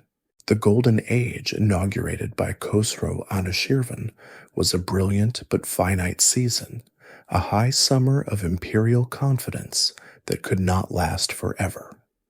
His successors inherited the magnificent state he had built, but they struggled to wield its power with the same wisdom and foresight. The long, simmering rivalry with the great power to the west, now the Eastern Roman or Byzantine Empire, remained the central, defining feature of their world. After decades of intermittent warfare, a fragile peace had settled over the frontier, but it was a peace built on the shifting sands of political convenience, ready to be swept away by the ambitions of a new generation of rulers. That moment of crisis arrived with the reign of Khosrow's grandson, a man who would also bear his celebrated name, a king who would preside over the empire's greatest triumphs and its most catastrophic fall from grace. This was Khosrow II, known as Parviz, the Victorious, a title that would prove to be a tragic and bitter irony. His ascension to the throne was not a smooth one. It was born from a military rebellion that forced the young king to flee his own kingdom in fear for his life. In a stunning and unprecedented turn of events, Khosrow II sought refuge not in the east, but with his dynasty's sworn enemy. He threw himself upon the mercy of the Byzantine Emperor Maurice, traveling to the Roman court as a supplicant. Maurice, a shrewd and calculating ruler, saw a golden opportunity. Instead of imprisoning or executing his rival, he made a fateful decision. He would act as the young Persian king's patron, providing him with a Roman army and the funds necessary to march back into Persia and reclaim his throne from the usurper. In return for this assistance, Khosrow II agreed to a peace treaty heavily in Byzantium's favor, ceding vast territories in Armenia and Mesopotamia and ending the long-standing Persian practice of demanding tribute. In 591 CE, the plan succeeded. With Roman legions at his back, Khosrow II crushed the rebellion and was restored to the throne in Ctesiphon. An era of unprecedented peace and even friendship blossomed between the two empires, with Khosrow referring to Maurice as his adoptive father, a personal bond that seemed to promise an end to the centuries of cyclical warfare. This remarkable peace, however, was entirely dependent on the lives of these two men. In 602 CE, the foundation of this new world order was violently shattered. The Byzantine army, exhausted by endless campaigning on the Danube frontier, mutinied, raising a brutish centurion named Phocas to the throne. The rebels marched on Constantinople, captured Emperor Maurice, and in a horrifying public spectacle, forced him to watch the execution of his 5 sons before he himself was beheaded. When news of this brutal regicide reached Ctesiphon, Khosrow II was presented with the perfect pretext for war, a cause that was both personally justifiable and politically opportune. He declared a holy war against the usurper Phocas, not as a Persian king launching a war of conquest, but as a righteous avenger seeking to punish the murderer of his father and benefactor. It was a masterful piece of propaganda that masked a far deeper ambition: to finish the work of his Sasanian forefathers, to destroy the Byzantine Empire once and for all, and to restore the Achaemenid dream of an empire stretching to the shores of the Aegean. What followed was not a typical border war, but a Persian blitzkrieg of terrifying speed and success. The Byzantine Empire, torn apart by the internal chaos of Phocas's tyrannical and incompetent rule, seemed to melt away before the Sasanian onslaught. Khosrow's brilliant general, Sharbaraz, led the Persian armies in a seemingly unstoppable wave of conquest. They swept through Mesopotamia and Armenia, reclaiming the territories Khosrow had once ceded. In 611 CE, they overran Syria and captured the great city of Antioch. 2 years later, Damascus fell. But the most devastating blow, a wound to the very soul of Christendom, came in 614 CE with the fall of Jerusalem. The holy city was sacked, its churches burned, its patriarch exiled, and most symbolically, its most sacred relic, the true cross upon which Jesus was believed to have been crucified, was seized and carried back in triumph to Ctesiphon. For the Christian Byzantines, this was an apocalyptic event, a sign that God had abandoned them to their enemies. The tide of conquest continued to roll on. By 619 CE, the Persians had achieved what even the Achaemenids had failed to do for long. They had conquered Egypt, the richest province and the breadbasket of the Byzantine Empire, cutting off the vital grain supply to Constantinople. The Sasanian Empire was now larger and wealthier than it had ever been, its banners flying from the Hindu Kush to the shores of the Mediterranean. It was in this darkest of hours, with the empire on the absolute brink of annihilation, that a new emperor, Heraclius, the son of the governor of Carthage, seized the throne from the hated Phocas.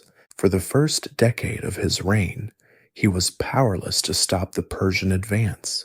his energies consumed with consolidating his rule and holding together the crumbling remnants of his state. But he was a man of extraordinary faith, energy, and military genius. He spent years painstakingly rebuilding the Byzantine army, and in a desperate alliance with the Orthodox Church, he melted down the treasures of the cathedrals to mint new coins to pay his soldiers, framing the coming conflict not as a war for territory, but as a holy crusade to reclaim the true cross. In 622 CE, Heraclius, his preparations finally complete, launched one of the most daring and brilliant counteroffensives in military history. Instead of attacking the Persian armies in Syria directly, he used his naval supremacy to land his army on the Black Sea coast of Anatolia, deep in the Persian rear. For the next 6 years, Heraclius, leading his men from the front like a warrior king from a Homeric epic, campaigned relentlessly in the Persian heartland, winning a series of stunning victories and forcing Khosrow II to pull his troops back from the conquered provinces to defend his own territories.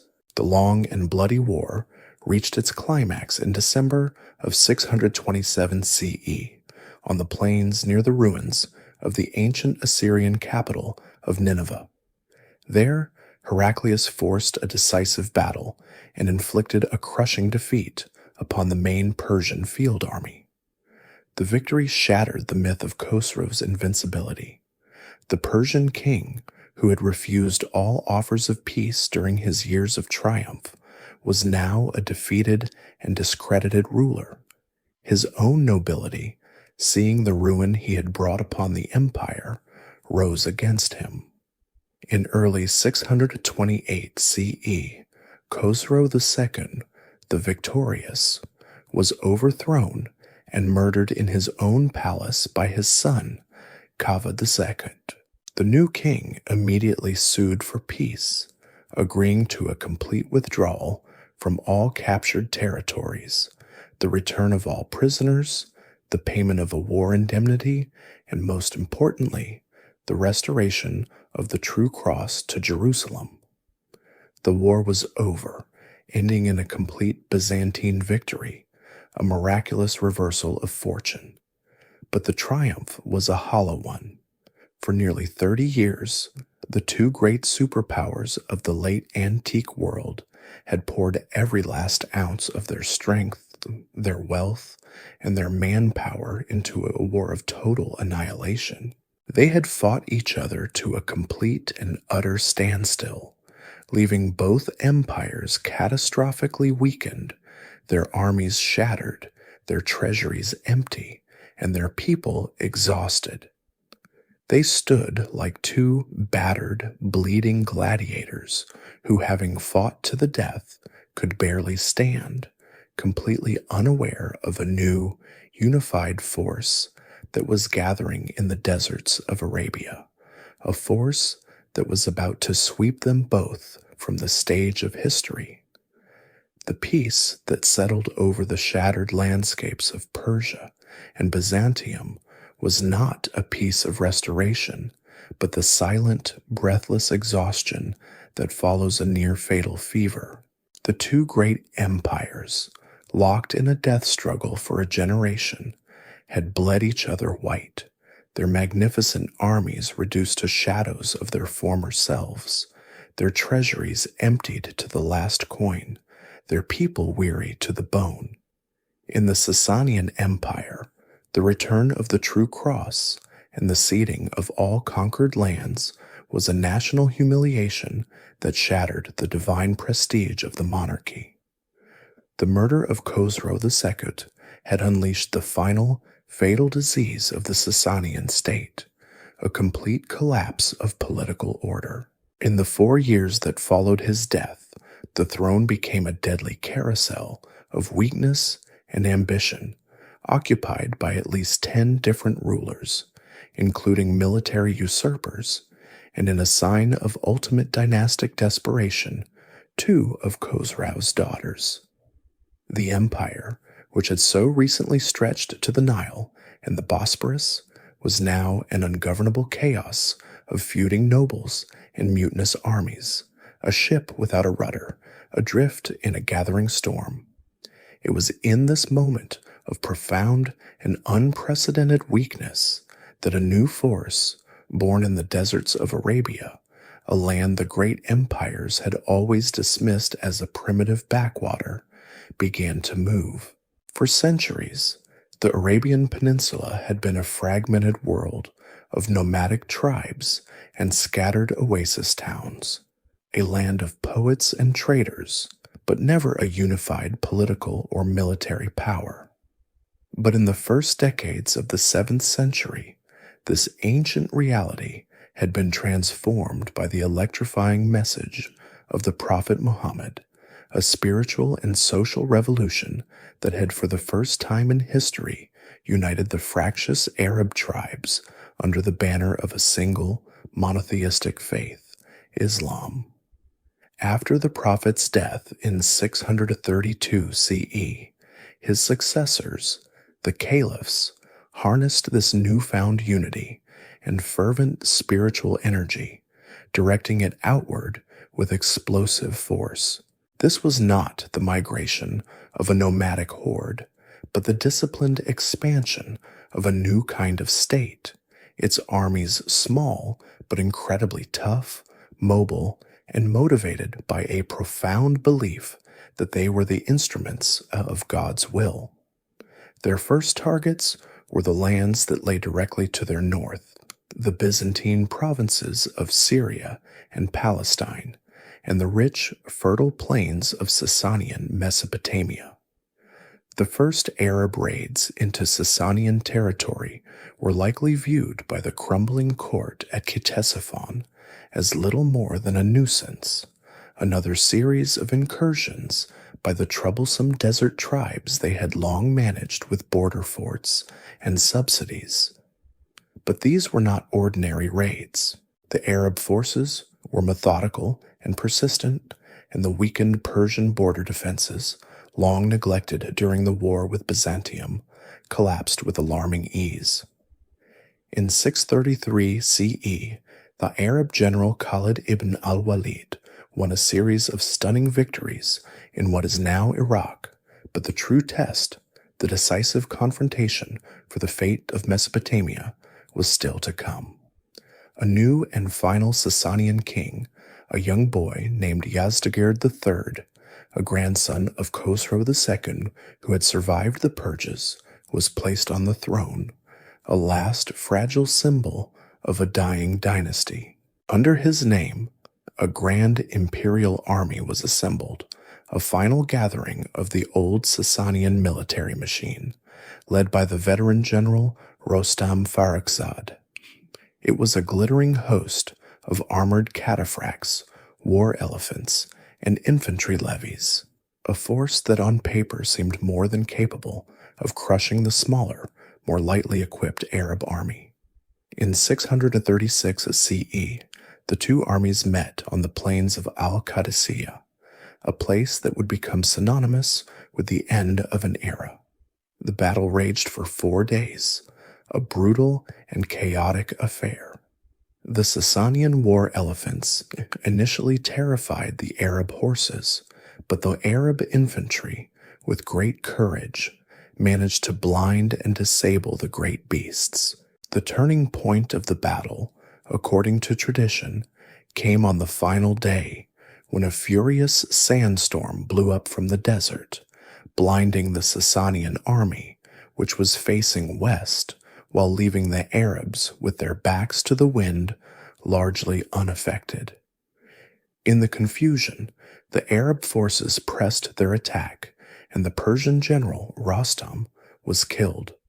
With the death of its commander and the heavens themselves seemingly turned against them, the great Sasanian army broke. It was not a retreat. It was a complete and catastrophic rout. The Battle of Al-Qadisiyah had shattered the back of Sasanian military power. The road to the capital now lay open. The victorious Arab army marched on Ctesiphon, the legendary winter capital of the Parthian and Sasanian kings.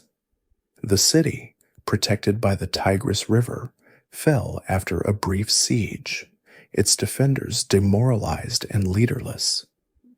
The treasures that fell into the hands of the conquerors were the stuff of legend, the accumulated wealth of centuries of imperial splendor. The great royal audience hall, with its colossal arch, was stripped of its magnificent silk carpet, the spring of Khosrow, a tapestry so vast and so richly woven with gold and jewels that it depicted a formal garden in full bloom. The treasures were sent back to the Caliph in Medina, a tangible sign of a world overturned. The young king, Yazdegerd III, had already fled, becoming a fugitive in his own collapsing empire. He retreated east across the Zagros Mountains, desperately trying to rally the Iranian nobility to his cause. A final, great Persian army was assembled on the Iranian plateau, and in 642 CE, at the Battle of Nahavand, it too was annihilated. The Arab commanders called this victory the Fath al-Futu, the victory of victories, for it had utterly destroyed the last hope of a concerted Sasanian revival. The end of Yazdegerd III was a long, slow, and pathetic epilogue to the grand tragedy of his dynasty. For nearly a decade, he wandered the eastern provinces of his former empire, Kerman, Sistan, Khorasan, a king without a kingdom, a living ghost haunted by the memory of what he had lost. His pleas for aid from the Turks of Central Asia and even the Tang Emperor of China were met with polite refusals. The local Iranian lords, seeing the unstoppable tide of the Arab conquest, increasingly saw the fugitive king not as a symbol of resistance, but as a liability.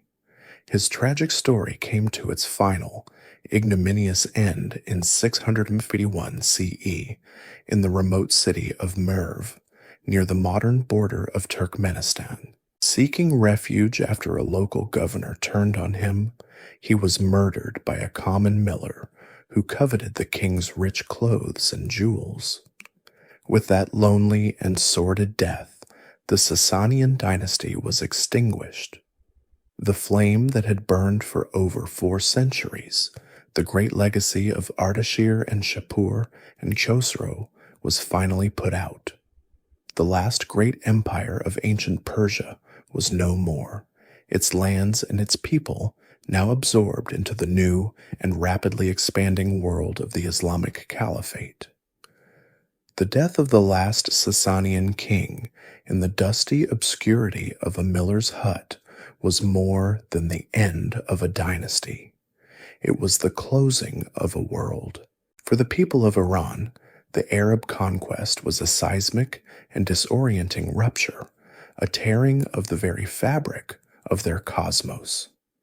The divinely ordained monarchy, the sacred fire temples, the rigid social order that had structured their existence for centuries, all were swept away by a force that had emerged impossibly from the deserts they had long disdained. The initial period of rule under the new Islamic Caliphate was one of profound shock and accommodation. The conquerors were a small minority in a vast and ancient land, and their early governance was pragmatic.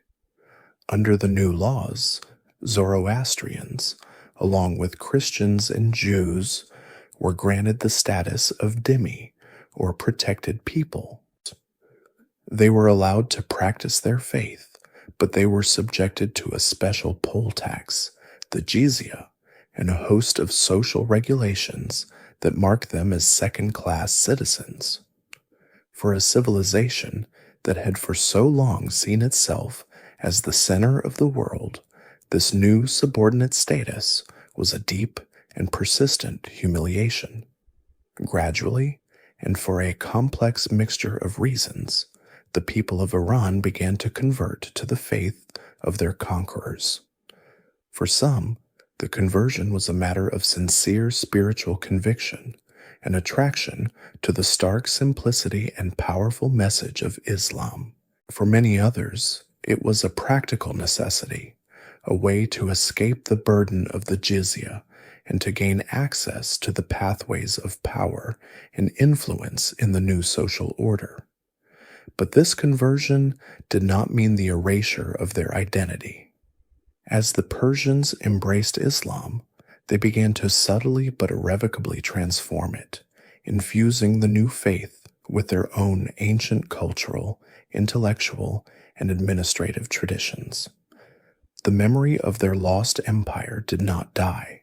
It simply went dormant, like a seed buried under a layer of new soil, waiting for the right conditions to sprout again in a new and unexpected form. This quiet cultural resistance first found its voice in a literary and intellectual movement known as the Shu'ubiyya. As more non-Arabs, particularly Persians, converted to Islam, they began to challenge the privileged Arab-centric culture of the ruling Umayyad Caliphate, which was governed from distant Damascus. The proponents of the Shu'ubiyya were devout Muslims, but they argued passionately that Islam was a universal faith, not the exclusive property of the Arab people. They wrote poems and polemics in Arabic, the language of power, celebrating the glories of Persian history, the wisdom of their Sasanian kings, and the sophistication of their ancient culture, subtly asserting that in everything but the gift of prophecy and the sacred language of the Quran, the Persians were the superiors, not the equals, of their Arab masters. It was a bold and sophisticated reassertion of identity, an intellectual rebellion that laid the groundwork for a far more significant political one. The great turning point came in the middle of the 8th century with the Abbasid Revolution, a movement that would shift the entire center of gravity of the Islamic world. The Abbasids, a clan with a claim to leadership through their descent from the Prophet's uncle, launched their rebellion against the Umayyads from the vast eastern province of Khorasan, the old Sasanian frontier lands. Their armies were overwhelmingly composed of converted Iranian soldiers and led by brilliant Persian generals like Abu Muslim, who harnessed the widespread resentment of non-Arab Muslims to overthrow the Damascus-based caliphate. When the Abbasids came to power in 750 CE, they moved their capital from Syria to Mesopotamia, building a magnificent new city, Baghdad, right on the doorstep of the old Sasanian capital of Ctesiphon. This geographical shift was profoundly symbolic. The caliphate was no longer a purely Arab kingdom. It was becoming a Persianate empire. The Abbasid caliphs adopted the elaborate court ceremonies, the hierarchical bureaucracy, and the regal absolutism of the Sasanian king of kings. Persian families, most famously the Barmakids, became the viziers, the chief ministers who ran the empire, their administrative genius shaping the state for generations. The language of the court might have been Arabic, but its spirit, its structure, and its culture were increasingly Persian. It was within this new, cosmopolitan Abbasid world that the great Persianate Renaissance truly began to flower. While Arabic remained the language of religion and science, the Persian language itself experienced a magnificent rebirth. Middle Persian, or Pahlavi, with its complex script, slowly evolved into a new, more refined language, enriched with Arabic vocabulary, but retaining its essential Iranian grammar and spirit. Crucially, it was now written using the graceful Arabic script, making it accessible and acceptable within the new Islamic culture. Local Iranian dynasties, like the Samanids in Khorasan and the Buyids in western Iran, began to emerge, ruling with a high degree of autonomy while paying nominal allegiance to the Abbasid Caliph. It was in the courts of these new Iranian rulers that New Persian was nurtured as a literary language, a conscious project of cultural revival. This renaissance reached its absolute zenith in the work of a single monumental figure, a poet who would become the guardian of his people's soul, Abul Qasim Ferdowsi. Around the turn of the first millennium, after decades of painstaking labor in the Samanid heartlands, he completed his epic masterpiece, the Shahnameh, or the Book of Kings. This colossal poem, containing some 60,000 rhyming couplets, was nothing less than an attempt to rescue the entire memory of pre-Islamic Iran from the mists of oblivion. Drawing on ancient oral traditions and lost Pahlavi chronicles, Ferdowsi crafted a sweeping narrative of Iran's history from the mythical creation of the world to the Arab conquest. It is a world of legendary kings and heroic paladins like Rostam, of tragic lovers, scheming villains, and supernatural wonders. The Shahnameh was a deliberate act of cultural preservation, written in a pure and powerful Persian with a consciously minimal use of Arabic words. It was a declaration that even though Persia had been conquered and had embraced a new faith, its own unique story, its language, and its identity were not only worthy of remembrance, but were the very foundation of its being.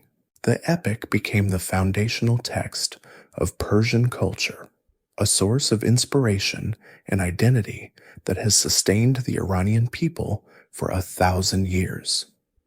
The political empire of the Sasanians was gone forever, but in the verses of the Shahnameh, its soul had been given a new and immortal life, proving that a civilization, though conquered by the sword, could ultimately triumph through the enduring power of its words. The immortal verses of Ferdowsi's Shahnameh had forged a sanctuary for the Persian soul, a kingdom of memory and language that stood defiant, even as the physical land of Iran was ruled by a succession of foreign masters. The great Persianate Renaissance had demonstrated the profound resilience of a culture that could captivate and civilize its conquerors, but it could not prevent the cycles of political violence that continued to sweep across the Iranian plateau.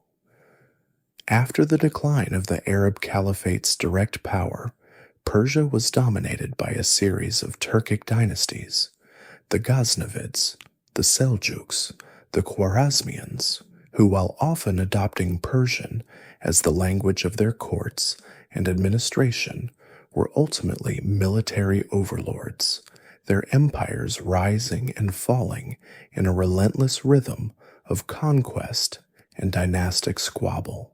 This period of Turkic dominion, however, was a mere prelude to a storm of such cataclysmic violence that it would make all previous invasions seem like minor tremors.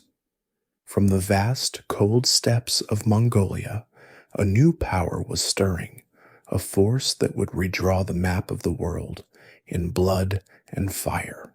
In the early 13th century, the armies of Genghis Khan, a torrent of nomadic horsemen united by a singular will to conquer, poured into the prosperous and settled lands of the Eastern Islamic world. The invasion was an apocalypse, a whirlwind of destruction on a scale that was almost unimaginable.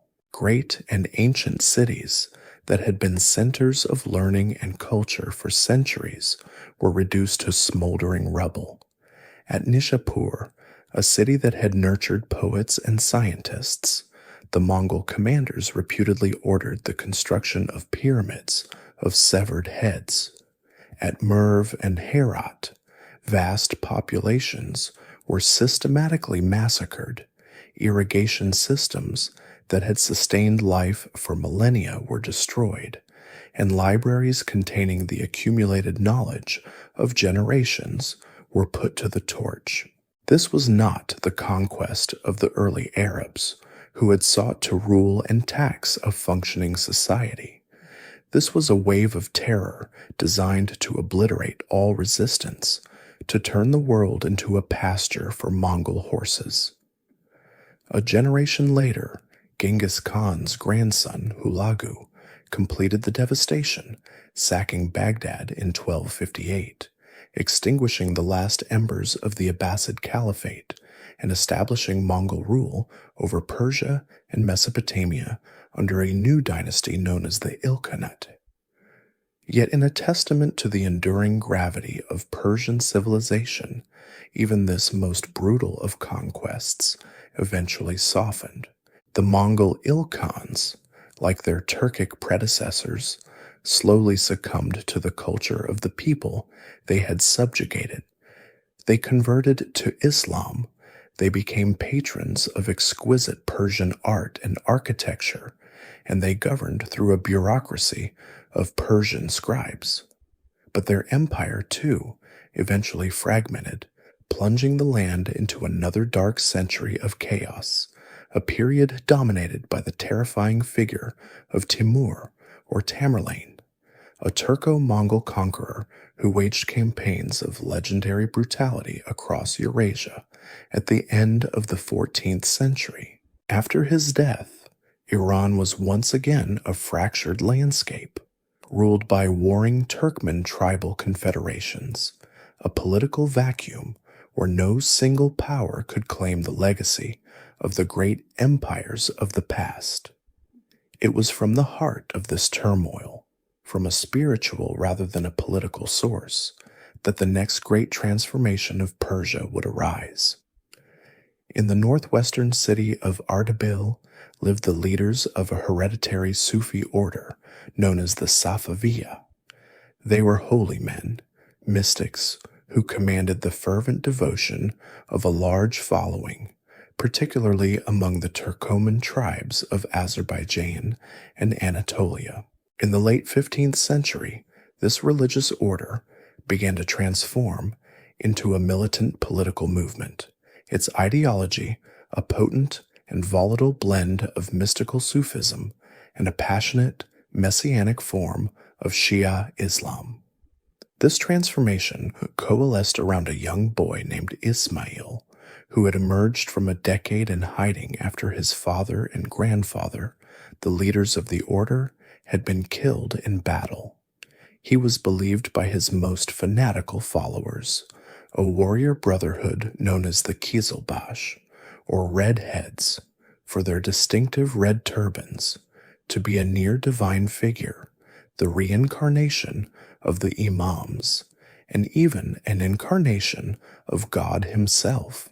In 1501, at the age of just 14, this charismatic and ruthless boy prophet led his Kizilbash army out of its Caspian sanctuary, and, in a series of lightning victories, crushed the dominant Turkmen confederation. He marched into the great city of Tabriz, and in an act of breathtaking audacity, declared himself Shah, or king, of a new Persian empire. But he did more than just found a new dynasty. On the day of his coronation, Ismail made a declaration that would irrevocably alter the course of Iranian history and redraw the religious map of the Islamic world. He proclaimed that the official, compulsory state religion of his new empire would be Twelver Shi'ism. This was a revolutionary and shocking act. For 9 centuries, since the time of the Arab conquest, Iran had been a predominantly Sunni Muslim country, fully integrated into the mainstream religious life of the wider Islamic world. Shi'ism, which holds that the legitimate succession to the Prophet Muhammad belongs to his son-in-law Ali and his descendants, the 12 Imams, had been the faith of a small and often persecuted minority.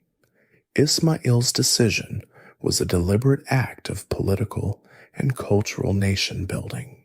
He understood that to forge a new and durable Iranian state, he needed to give it a unique and unifying identity, one that would distinguish it sharply from its powerful Sunni neighbors, the Ottoman Empire to the west and the Uzbeks in Central Asia to the east. The imposition of Shi'ism was carried out with a fanatic's zeal. Sunni clerics were given a stark choice: convert, flee, or be executed. Sacred Sunni texts were burned, and the first 3 caliphs, revered in Sunni Islam, were ritually cursed in the public prayers of the mosques. Because Persia itself lacked a Shia scholarly tradition, Ismail imported Shia theologians from the Arab lands of Lebanon and Bahrain to build a new religious establishment from the ground up, one that would be entirely dependent on the patronage and protection of his new state. The process was often brutal and met with resistance, but it was pursued with an unbending will over the course of the next century. This forcible conversion created a new and potent synthesis, an identity that was at once ethnically and culturally Persian and religiously Shia. The long and often bloody rivalry with the Ottoman Empire would now be cast not merely as a geopolitical struggle, but as a holy war between the forces of true belief and Sunni heresy. Ismail, a mystic and a warrior whose native tongue was a dialect of Turkish, had with this single transformative act laid the foundations for the modern identity of Iran, creating a Shia bastion that would stand apart, unique and defiant in the heart of the Islamic world. And so, our long journey through the starlit corridors of time comes to a gentle close, a quiet turning of the final page on a story written across millennia. We have walked with kings and prophets, with poets and horsemen, from the first whispers of unity on the high Iranian plateau to the forging of a new and defiant identity in a world remade. The great empires themselves, the Achaemenid, the Parthian, the Sasanian, now exist only in the silent language of stone and in the faint, shimmering dust that settles upon the pages of ancient texts. Their magnificent cities are tranquil ruins, their mighty armies are but ghosts in the wind, and their golden treasuries have long since been scattered to the far corners of the earth. Yet to believe that this is the end of their story is to mistake the setting of the sun for its final extinguishment. The legacy of Persia is not an empire of territory, but an empire of the mind, a current of ideas and aesthetics that has flowed silently and powerfully beneath the surface of history, shaping the world in ways that are as profound as they are often unseen.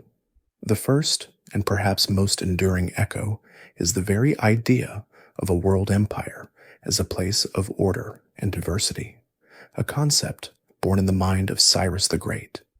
Before him, conquest had so often meant annihilation, the complete erasure of a people's identity, and the enslavement of its gods. The Achaemenid vision was something radically new, a single, overarching political structure that could contain multitudes, a system where different peoples could speak their own languages, worship their own deities, and live by their own laws, all within the framework of a universal peace maintained by a distant but benevolent king. The royal road was not just a marvel of engineering. It was a physical manifestation of this idea of connection, a thread stitching together a vibrant and varied human tapestry. This model of a multicultural, centrally administered state, governed through a rational system of satrapies, became the essential template for empire in the ancient world, a lesson that Alexander himself would learn and that the great Islamic caliphates would later adopt, their administrative structures often a direct inheritance from the Sasanian chancellery they replaced. Persia was also a great and patient bridge, a geographical and intellectual crossroads upon which the civilizations of the East and West could meet and converse. Through its lands flowed not only the silks and spices of the great trade routes, but a far more precious cargo of ideas. It was in the Sasanian academies, like Gondishapur, that the philosophical heritage of Greece, cast out from a Christianizing Europe, found a safe harbor, its texts translated and studied alongside the medical wisdom of India and the astronomical learning of Babylon. This precious knowledge was not merely preserved, it was synthesized and enriched, later passing into the intellectual ferment of the Islamic Golden Age, from which it would eventually re-enter a Europe awakening from its own long slumber. The numbers with which we calculate, the stars we navigate by, the very questions we ask about the nature of the cosmos, all carry the faint but unmistakable fingerprints of this long and fruitful dialogue, a conversation that was so often hosted in the quiet, scholarly courts of the Persian kings. This spirit of synthesis found its most beautiful expression in art, where the Persian aesthetic became a kind of universal language of beauty. From the dignified processional reliefs of Persepolis to the dynamic, swirling forms of Sasanian silverwork, a unique artistic sensibility was cultivated, one that valued intricate patterns, vibrant color, and a deep sense of rhythm and harmony. After the Arab conquest, this aesthetic did not vanish, but was instead reborn, becoming one of the primary wellsprings of Islamic art. The delicate floral arabesques that adorn the great mosques of Isfahan, the complex geometric genius of the tile worker, the jewel-like perfection of the miniature painting, and the subtle as symbolic richness of the Persian carpet, all are streams that flow from this ancient, inexhaustible source. It is a vision of the worlds not as a place of stark realities, but as a decorated space, a garden of earthly and divine delights, an impulse to beautify every surface and to see in the order of art a reflection of the cosmic order itself. And finally, there is the legacy of the spirit, the deep currents of faith that have shaped the Iranian soul.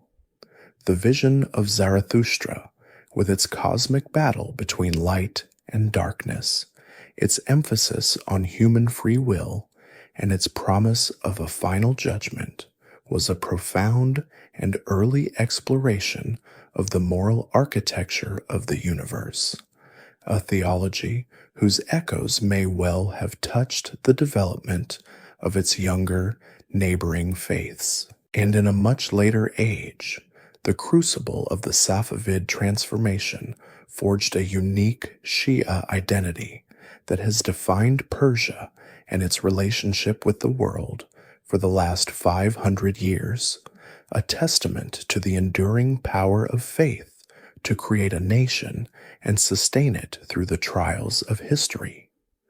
The political empire may have fallen, but in the language of Ferdowsi, in the art of the calligrapher, and in the quiet devotion of the faithful, its essence has been preserved, a timeless idea of a civilization that, though conquered many times, could never truly be defeated. Its story is a quiet reminder that what is most lasting is not built of stone or gold, but is woven from the threads of memory, beauty, and the unquenchable spirit of a people.